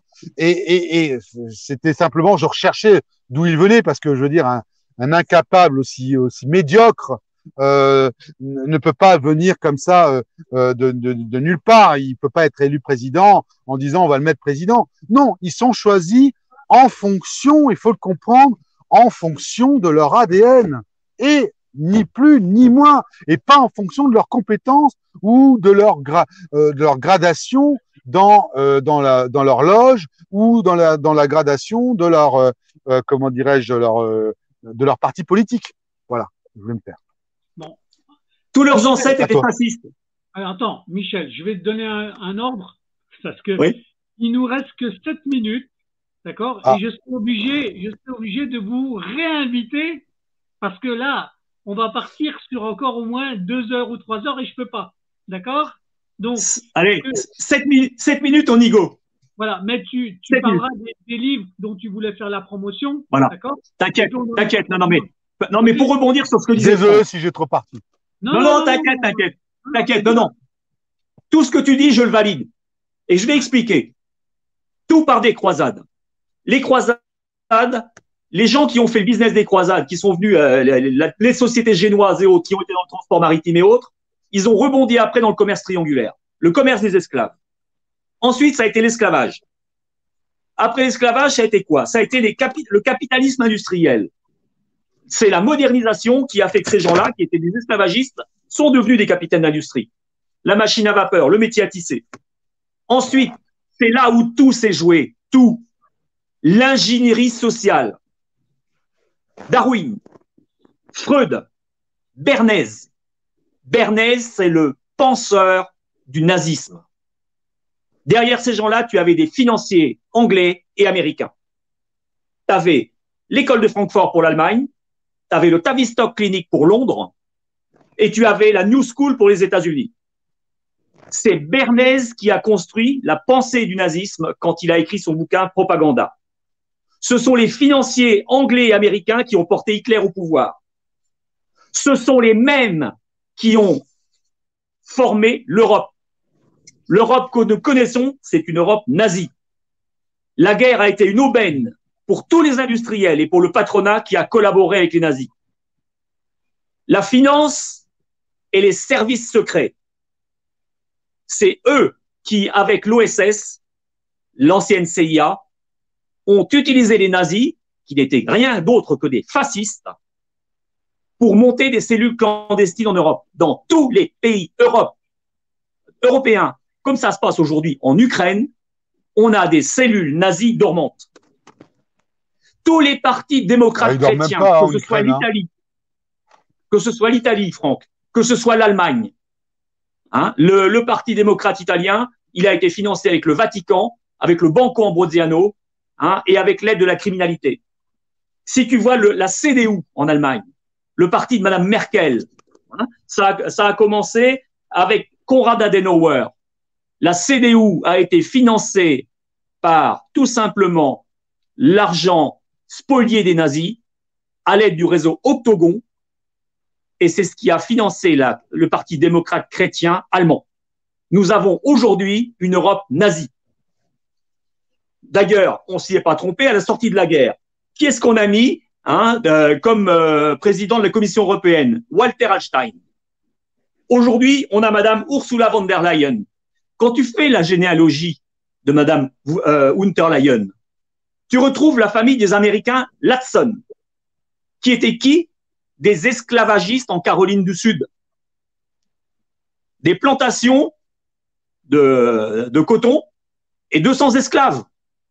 C'était ça les origines de Madame von der Leyen. Cette personne, quand il y a eu la bande à Bader, et ça je pourrais en parler parce que moi je suis ami avec quelqu'un qui faisait partie de la bande à Bader, Hans Joachim Klein, qui habite à quelques kilomètres de chez moi. Hein, et quand il y a eu soi-disant le projet de s'en prendre à von der Leyen, hein, et s'est réfugié sous le nom de Rosa Latson, hein, en Angleterre. mais ses parents étaient esclavagistes. Ils étaient en Caroline du Sud. C'est des gens qui étaient impliqués dans la guerre de sécession. C'est là des gens qui étaient impliqués avec le Ku Klux Klan. Donc, qu'est-ce qu'on a fait à la sortie de la guerre? On a mis un nazi à la tête de l'ONU, Kurt Waldheim, et on en a mis un autre à l'OTAN, ça a été Adolf Hitler. L'Europe que nous connaissons aujourd'hui est une Europe nazie. Alors, toi, ton affaire, Juncker, tu as bien vu que Juncker était trempé dans des affaires avec des cellules anticommunistes. Le SREL au Luxembourg. Oui, alors justement, là-dessus, on peut rebondir aussi. C'est-à-dire qu'il y a eu plusieurs affaires, il y a eu Baumler, il y a eu le SREL, il y a pas mal de choses. Voilà. Derrière, si tu veux, ce qu'on peut dire, c'est que, sans déflorer le sujet, ce sont des cellules, ce qu'on appelle les cellules style behind de l'OTAN. Hein. Et en fait, ce qu'on peut dire également derrière, c'est que Juncker, alors là, si tu veux, je ne voudrais pas non plus trahir un secret, mais beaucoup de journalistes se posaient, d'ailleurs un Allemand, des journalistes anglais cherchent une preuve comme quoi la famille Juncker serait liée également à ça. Donc, ce qui est aujourd'hui certain, en tout cas ce qui est pas peu prouvable, c'est que Friesing, donc la famille du côté de sa femme, le fameux procureur d'État qui n'a rien fait, enfin qui a tout pris mais qui n'a rien donné, donc Monsieur Friesing est effectivement lui aussi mêlé, en tout cas a eu également des ressentiments dans ce cas-là. Donc tu vois bien qu'au niveau de la justice, par exemple, au Luxembourg, alors je ne connais pas Serge Wagner, je ne vais pas m'avancer là-dessus, je ne tiens pas à être attaqué en diffamation parce qu'il y en a déjà suffisamment, mais en tout cas, il y a eu 2 personnes qui ont été demandées, enfin, il y a eu 3 journalistes qui ont demandé des choses sur 2 personnes, comme par hasard, Monsieur Jean-Claude Juncker et Monsieur Jean-Paul Friesing, concernant justement leur passé éventuellement avec le fricotage des nazis. Voilà ce que je sais aujourd'hui, puisque ça a été des demandes qui ont réellement été faites à mon encontre. J'ai dit, moi, je ne suis pas du tout au courant. Moi, je viens par rapport à une affaire privée. Mais en tout cas, Monsieur Juncker, parce qu'il n'y a pas que lui qui le dit, toi non plus, il n'y a pas que toi.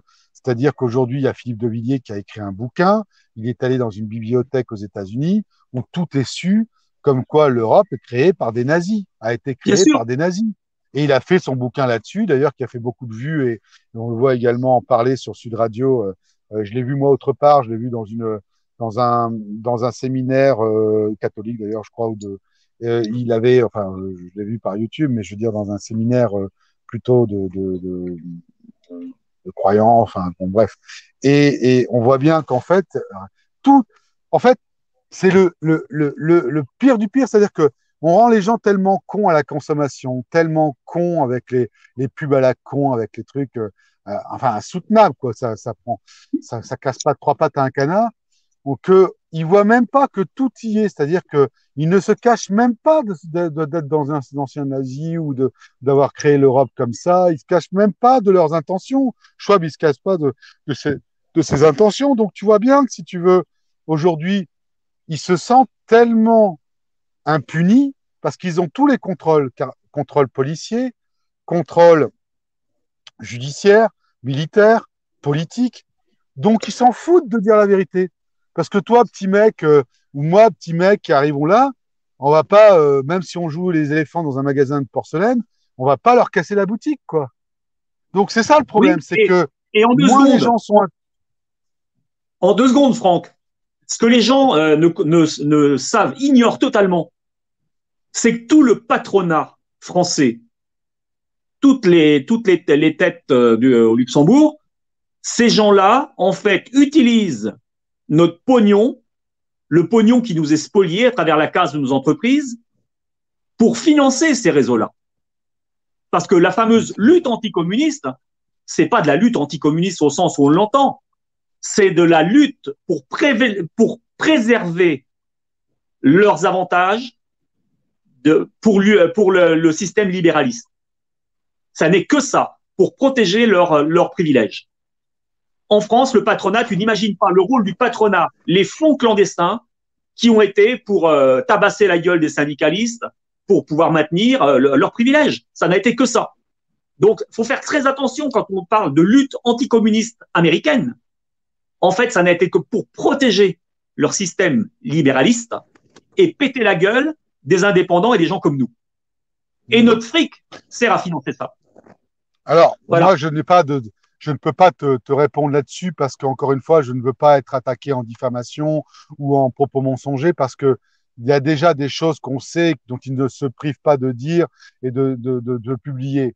Donc, je n'ai pas ta culture non plus et je tiens à être très modeste vis-à-vis de toi parce que je sais que tu en connais beaucoup et tu connais vraiment les causes. Simplement, ce que je peux dire, évidemment, c'est qu'en réalité, si tu veux, les gens ne lisent plus, justement. Tout est écrit, que ce soit la dépopulation, que ce soit leur virus, que ce soit. Mais les gens ne veulent pas y croire parce qu'ils ne veulent pas croire qu'en réalité, l'État n'est pas là pour les sauver ou la justice n'est pas là pour les sauver, mais juste essayer de les soumettre. Voilà. De les soumettre et de leur faire peur. Et donc, le vrai problème qui se pose aujourd'hui, c'est que tant qu'on n'aura pas suffisamment de gens qui se réveillent, qui continueront à voter pour coquille vide ou pour qui continueront à voter tout simplement, alors que ce n'est pas du tout représentatif de ce que les gens pensent, eh ben, on ne sortira pas du système. Sauf que s'ils ne prennent pas conscience rapidement, il y a des deadlines là, hein, c'est que là, on va arriver donc à un système de dictature qui sera insoutenable parce qu'en fait, on va te dire comment et quand il faudra pisser. Et là, peut-être que les gens s'en sortiront. Et encore, ils diront, bah, si l'État le dit, c'est que il a bien fait. On est arrivé à un tel abrutissement des populations, des citoyens, qui ne comprennent même pas que ça n'a rien à faire. Alors, c'est vrai que le Covid était là, soi-disant, pour réveiller. Alors, toujours en double sens, hein. Mais oui, on l'a fait pour vous réveiller, pour prendre conscience que on pouvait pas raconter n'importe quoi. Mais ils vont recommencer. Ils vont recommencer parce que dans tous les cas de figure, ils ont voulu essayer, certes, mais ils ont voulu essayer pour gagner. Ils n'ont pas voulu essayer juste pour nous montrer et prendre conscience qu'on pouvait arriver là. Ils ont juste voulu gagner. Et ils en sont pas loin, encore une fois, parce que ça va revenir, hein. Cet hiver, ça va être la grippe de la, je sais pas moi, de la moule, ou ça va être effectivement la fièvre du laurier. Enfin, voilà, ça va être que ça maintenant. Ça a marché une fois, je vois pas pourquoi ça marcherait pas une deuxième fois. Surtout qu'il y a toujours des cons en ce moment qui se mettent des masques dans la rue, hein. Donc voilà. Et c'est pour ça que je te dis que tout est lié. Mais que il faut savoir que le pouvoir judiciaire, c'est un pouvoir de contrôle sur les gens parce que quand on dit des vérités comme ça, on peut être poursuivi, non pas pour nos mots, mais ils vont essayer de trouver des choses contre nous pour essayer délibérément, ce qu'ils ont fait au Luxembourg, hein, en me mettant en prison, parce que j'avais soi-disant plus accès, je ne devais pas venir à voir ma constitution de partie civile, étant donné que j'étais interdit de séjour. Donc ils ont le droit de tuer, ils ont le droit de détourner, ils ont le droit de tuer, ils ont le droit de cacher, mais mais toi, tu n'as pas le droit de venir voir. Donc, tu vois bien qu'on est dans l'inversion des valeurs. Et c'est le problème de toute cette inversion des valeurs, c'est en réalité quand tu te rends compte que en fait tout est un vaste théâtre et que pour pouvoir le changer, c'est qu'il faut véritablement que les gens prennent conscience qu'ils sont dans ce théâtre. Alors ils le vivent le théâtre, mais ils pensent que c'est normal parce qu'on leur a dit que c'était normal et que c'était comme ça et que bien souvent ils ne remettent même pas en cause la situation de ce que les juges peuvent décider et de ce qu'ils pourraient faire. Voilà. Donc c'est pour ça qu'en réalité, il faut prendre conscience. Et il faut travailler sur la justice. Parce que si on avait cette justice qui était issue du peuple et en choisissant les gens et en disant, voilà, le juge, il vient de telle origine, de telle chose, et il peut vous faire ça, mais il pourrait aussi vous faire ça. Ben, les gens ne voteraient pas forcément pour lui par rapport à des idées politiques, mais ils voteraient pour lui par rapport à ce qu'il est réellement, ou ce qu'il a fait même, ou ce qu'il n'a pas fait d'ailleurs. Et donc, on arriverait avec un corps de citoyens, on va dire, qui connaissent quand même un peu les choses, on arriverait à un rétablissement avec un pouvoir indépendant. Mais on veut surtout pas que le pouvoir soit indépendant. Parce que le jour où le pouvoir est indépendant, le pouvoir judiciaire, pardon, est indépendant, il en est fini de ces politiques. Et il en est fini de ces conneries-là. Et ils le veulent surtout pas. Donc, ces judiciaires, ces hommes et ces femmes, eux, ce qu'ils veulent, c'est comme tout le monde, vivre tranquille. Ils veulent élever leurs enfants, avoir de l'argent, avoir une maison. Et donc, en fait, on est dans la consommation parce que ils ont arrêté de lutter. Mais tout le monde a arrêté de lutter. Ceux qui luttent encore, c'est des gens comme moi parce qu'ils s'aperçoivent qu'on tourne en rond et que, bien entendu, les générations à venir ne vont pas, et parce que j'ai été bien sûr, parce que j'ai été aussi dans la précarité, donc j'ai pu constater en le vivant ce qui se passait réellement. Mais c'est surtout parce qu'on se rend compte que les dés sont pipés à ce moment-là. Jamais j'aurais dû être dans la précarité. Jamais j'aurais dû avoir des rendus de jugement comme ils ont rendu. Mais j'avais pas de bon avocat, j'avais pas de moyens, j'étais indépendant. J'en suis fier d'ailleurs. Hein. Ah, donc tu tombes. Comme toi, très certainement, Christophe. Comme toi, J'ai Michel. vécu tout ça, j'ai vécu tout ça. Donc, On a Ah tous oui. vécu, hein. On a tous vécu la même chose. voilà, donc, j'ai vécu Oui. tout ça. Donc là, Parce qu'on n'était messieurs, pas groupés. On a la chance aujourd'hui d'avoir Internet et de pouvoir se grouper et de faire des petits et de venir avec tous ces petits pour dire non, ça suffit, alors, dégagez. justement, comme on a Internet, ce que je vous propose, moi, c'est de vous redonner un rendez-vous le mois prochain. Comme ça, on fait un autre épisode et on regarde où en est la situation. On fait un point d'orientation. Est-ce que ça vous conviendrait? Parce que là, Bien je sûr. dépasse mon timing depuis un moment déjà. D'accord? Non, mais il n'y a aucun souci, hein. D'accord? Puis c'est surtout, Est-ce que tu es d'accord aussi, Franck? Ah oui, oui, moi je suis complètement d'accord. D'accord. Faut même pas me Donc, demander. Mais moi, je veux des choses concrètes parce que je vais juste terminer par là parce que c'est intéressant. Je vais vous donner encore une petite info. À un moment donné, Carlo Brusa voulait que je travaille pour lui. Puis comme j'étais toujours emmerdé par mon affaire, j'ai pas travaillé. J'ai travaillé beaucoup même. Travaillé des nuits entières pour lui. Et puis je lui ai pas rendu le travail parce que je suis filé sur mon autre travail. Je voulais faire un travail bien fait. J'ai pas fait un travail bien fait. Mais pour vous dire qu'on peut faire des changements. Mais très vite, je me suis rendu compte de tout ce qui était Fondation China, enfin tout ça, j'ai vu ça. Mais j'ai surtout vu un truc qui va vous faire rire et qui va vous faire rebondir sur le fait que, en sachant et en diffusant, plus on les montre au soleil, et plus, bien entendu, ils seront ils seront obligés de faire leur travail, voire ils seront obligés de faire la loi. J'en prends pour exemple Martin Blachier. Martin Blachier, qui dans un premier temps, pour l'histoire du Covid, a commencé à dire qu'il fallait vacciner tout le monde, que c'était obligatoire, qu'il fallait chercher les gens. Donc un discours très dur. Vous vous souvenez de ça? Ouais, il a Puis, changé. puis les gens puis les gens d'un seul coup se sont rendus compte qu'il avait changé. Savez-vous seulement pourquoi il a changé, Martin Blachier? Parce que j'avais découvert, et vous pouvez vérifier, hein, vous vérifierez après la fin de l'émission, et tout le monde, tous ceux qui nous regardent, vérifieront, j'espère. Et désolé s'il y a du soleil, si je suis dans ma bagnole, tout ça. J'ai voulu répondre immédiatement, mais bon, voilà, je voulais quand même faire un petit aparté, mais je vais répondre à l'essentiel. Martin Blachier a changé parce que dans le cadre de mes recherches, j'ai récupéré une information très importante. Et vous allez comprendre. Ce fameux Martin Blachier a racheté une société en liquidation le 28 février 2020. Ça vous dit rien, ça? 15 jours avant que Macron décide de faire le confinement. Alors, pourquoi il a racheté une société en déconfiture? Parce qu'il a eu une information comme quoi il ne pouvait pas facturer sur sa société d'analyse, voilà. Hein. Donc, il fallait une société de communication. Vous regarderez.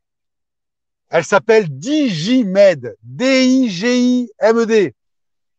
Digimed a été racheté d'une société en liquidation le 28 février 2020, 15 jours avant le confinement, parce que M. Blachier avait déjà l'intention de facturer.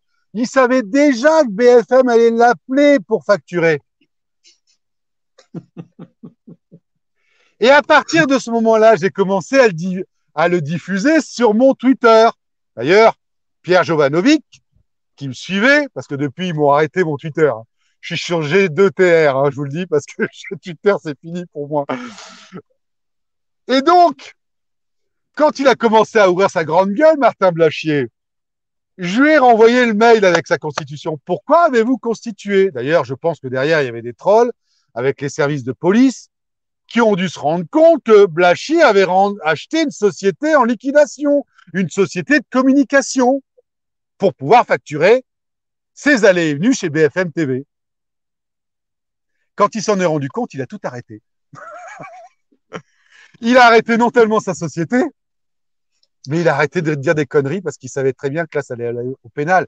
Ça voulait dire qu'il savait très bien qu'on allait organiser un confinement, qu'on allait organiser une peur, qu'on allait organiser. Donc, il était complice de crimes contre l'humanité.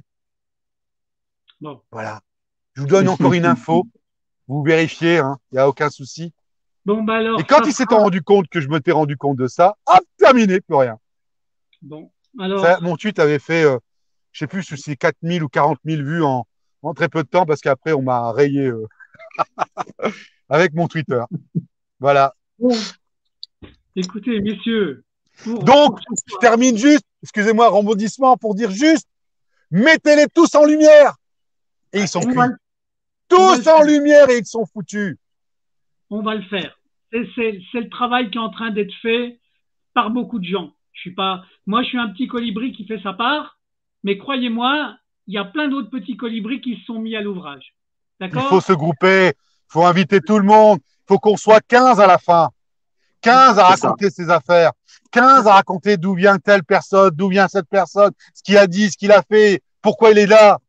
Alors, 15 à la fin.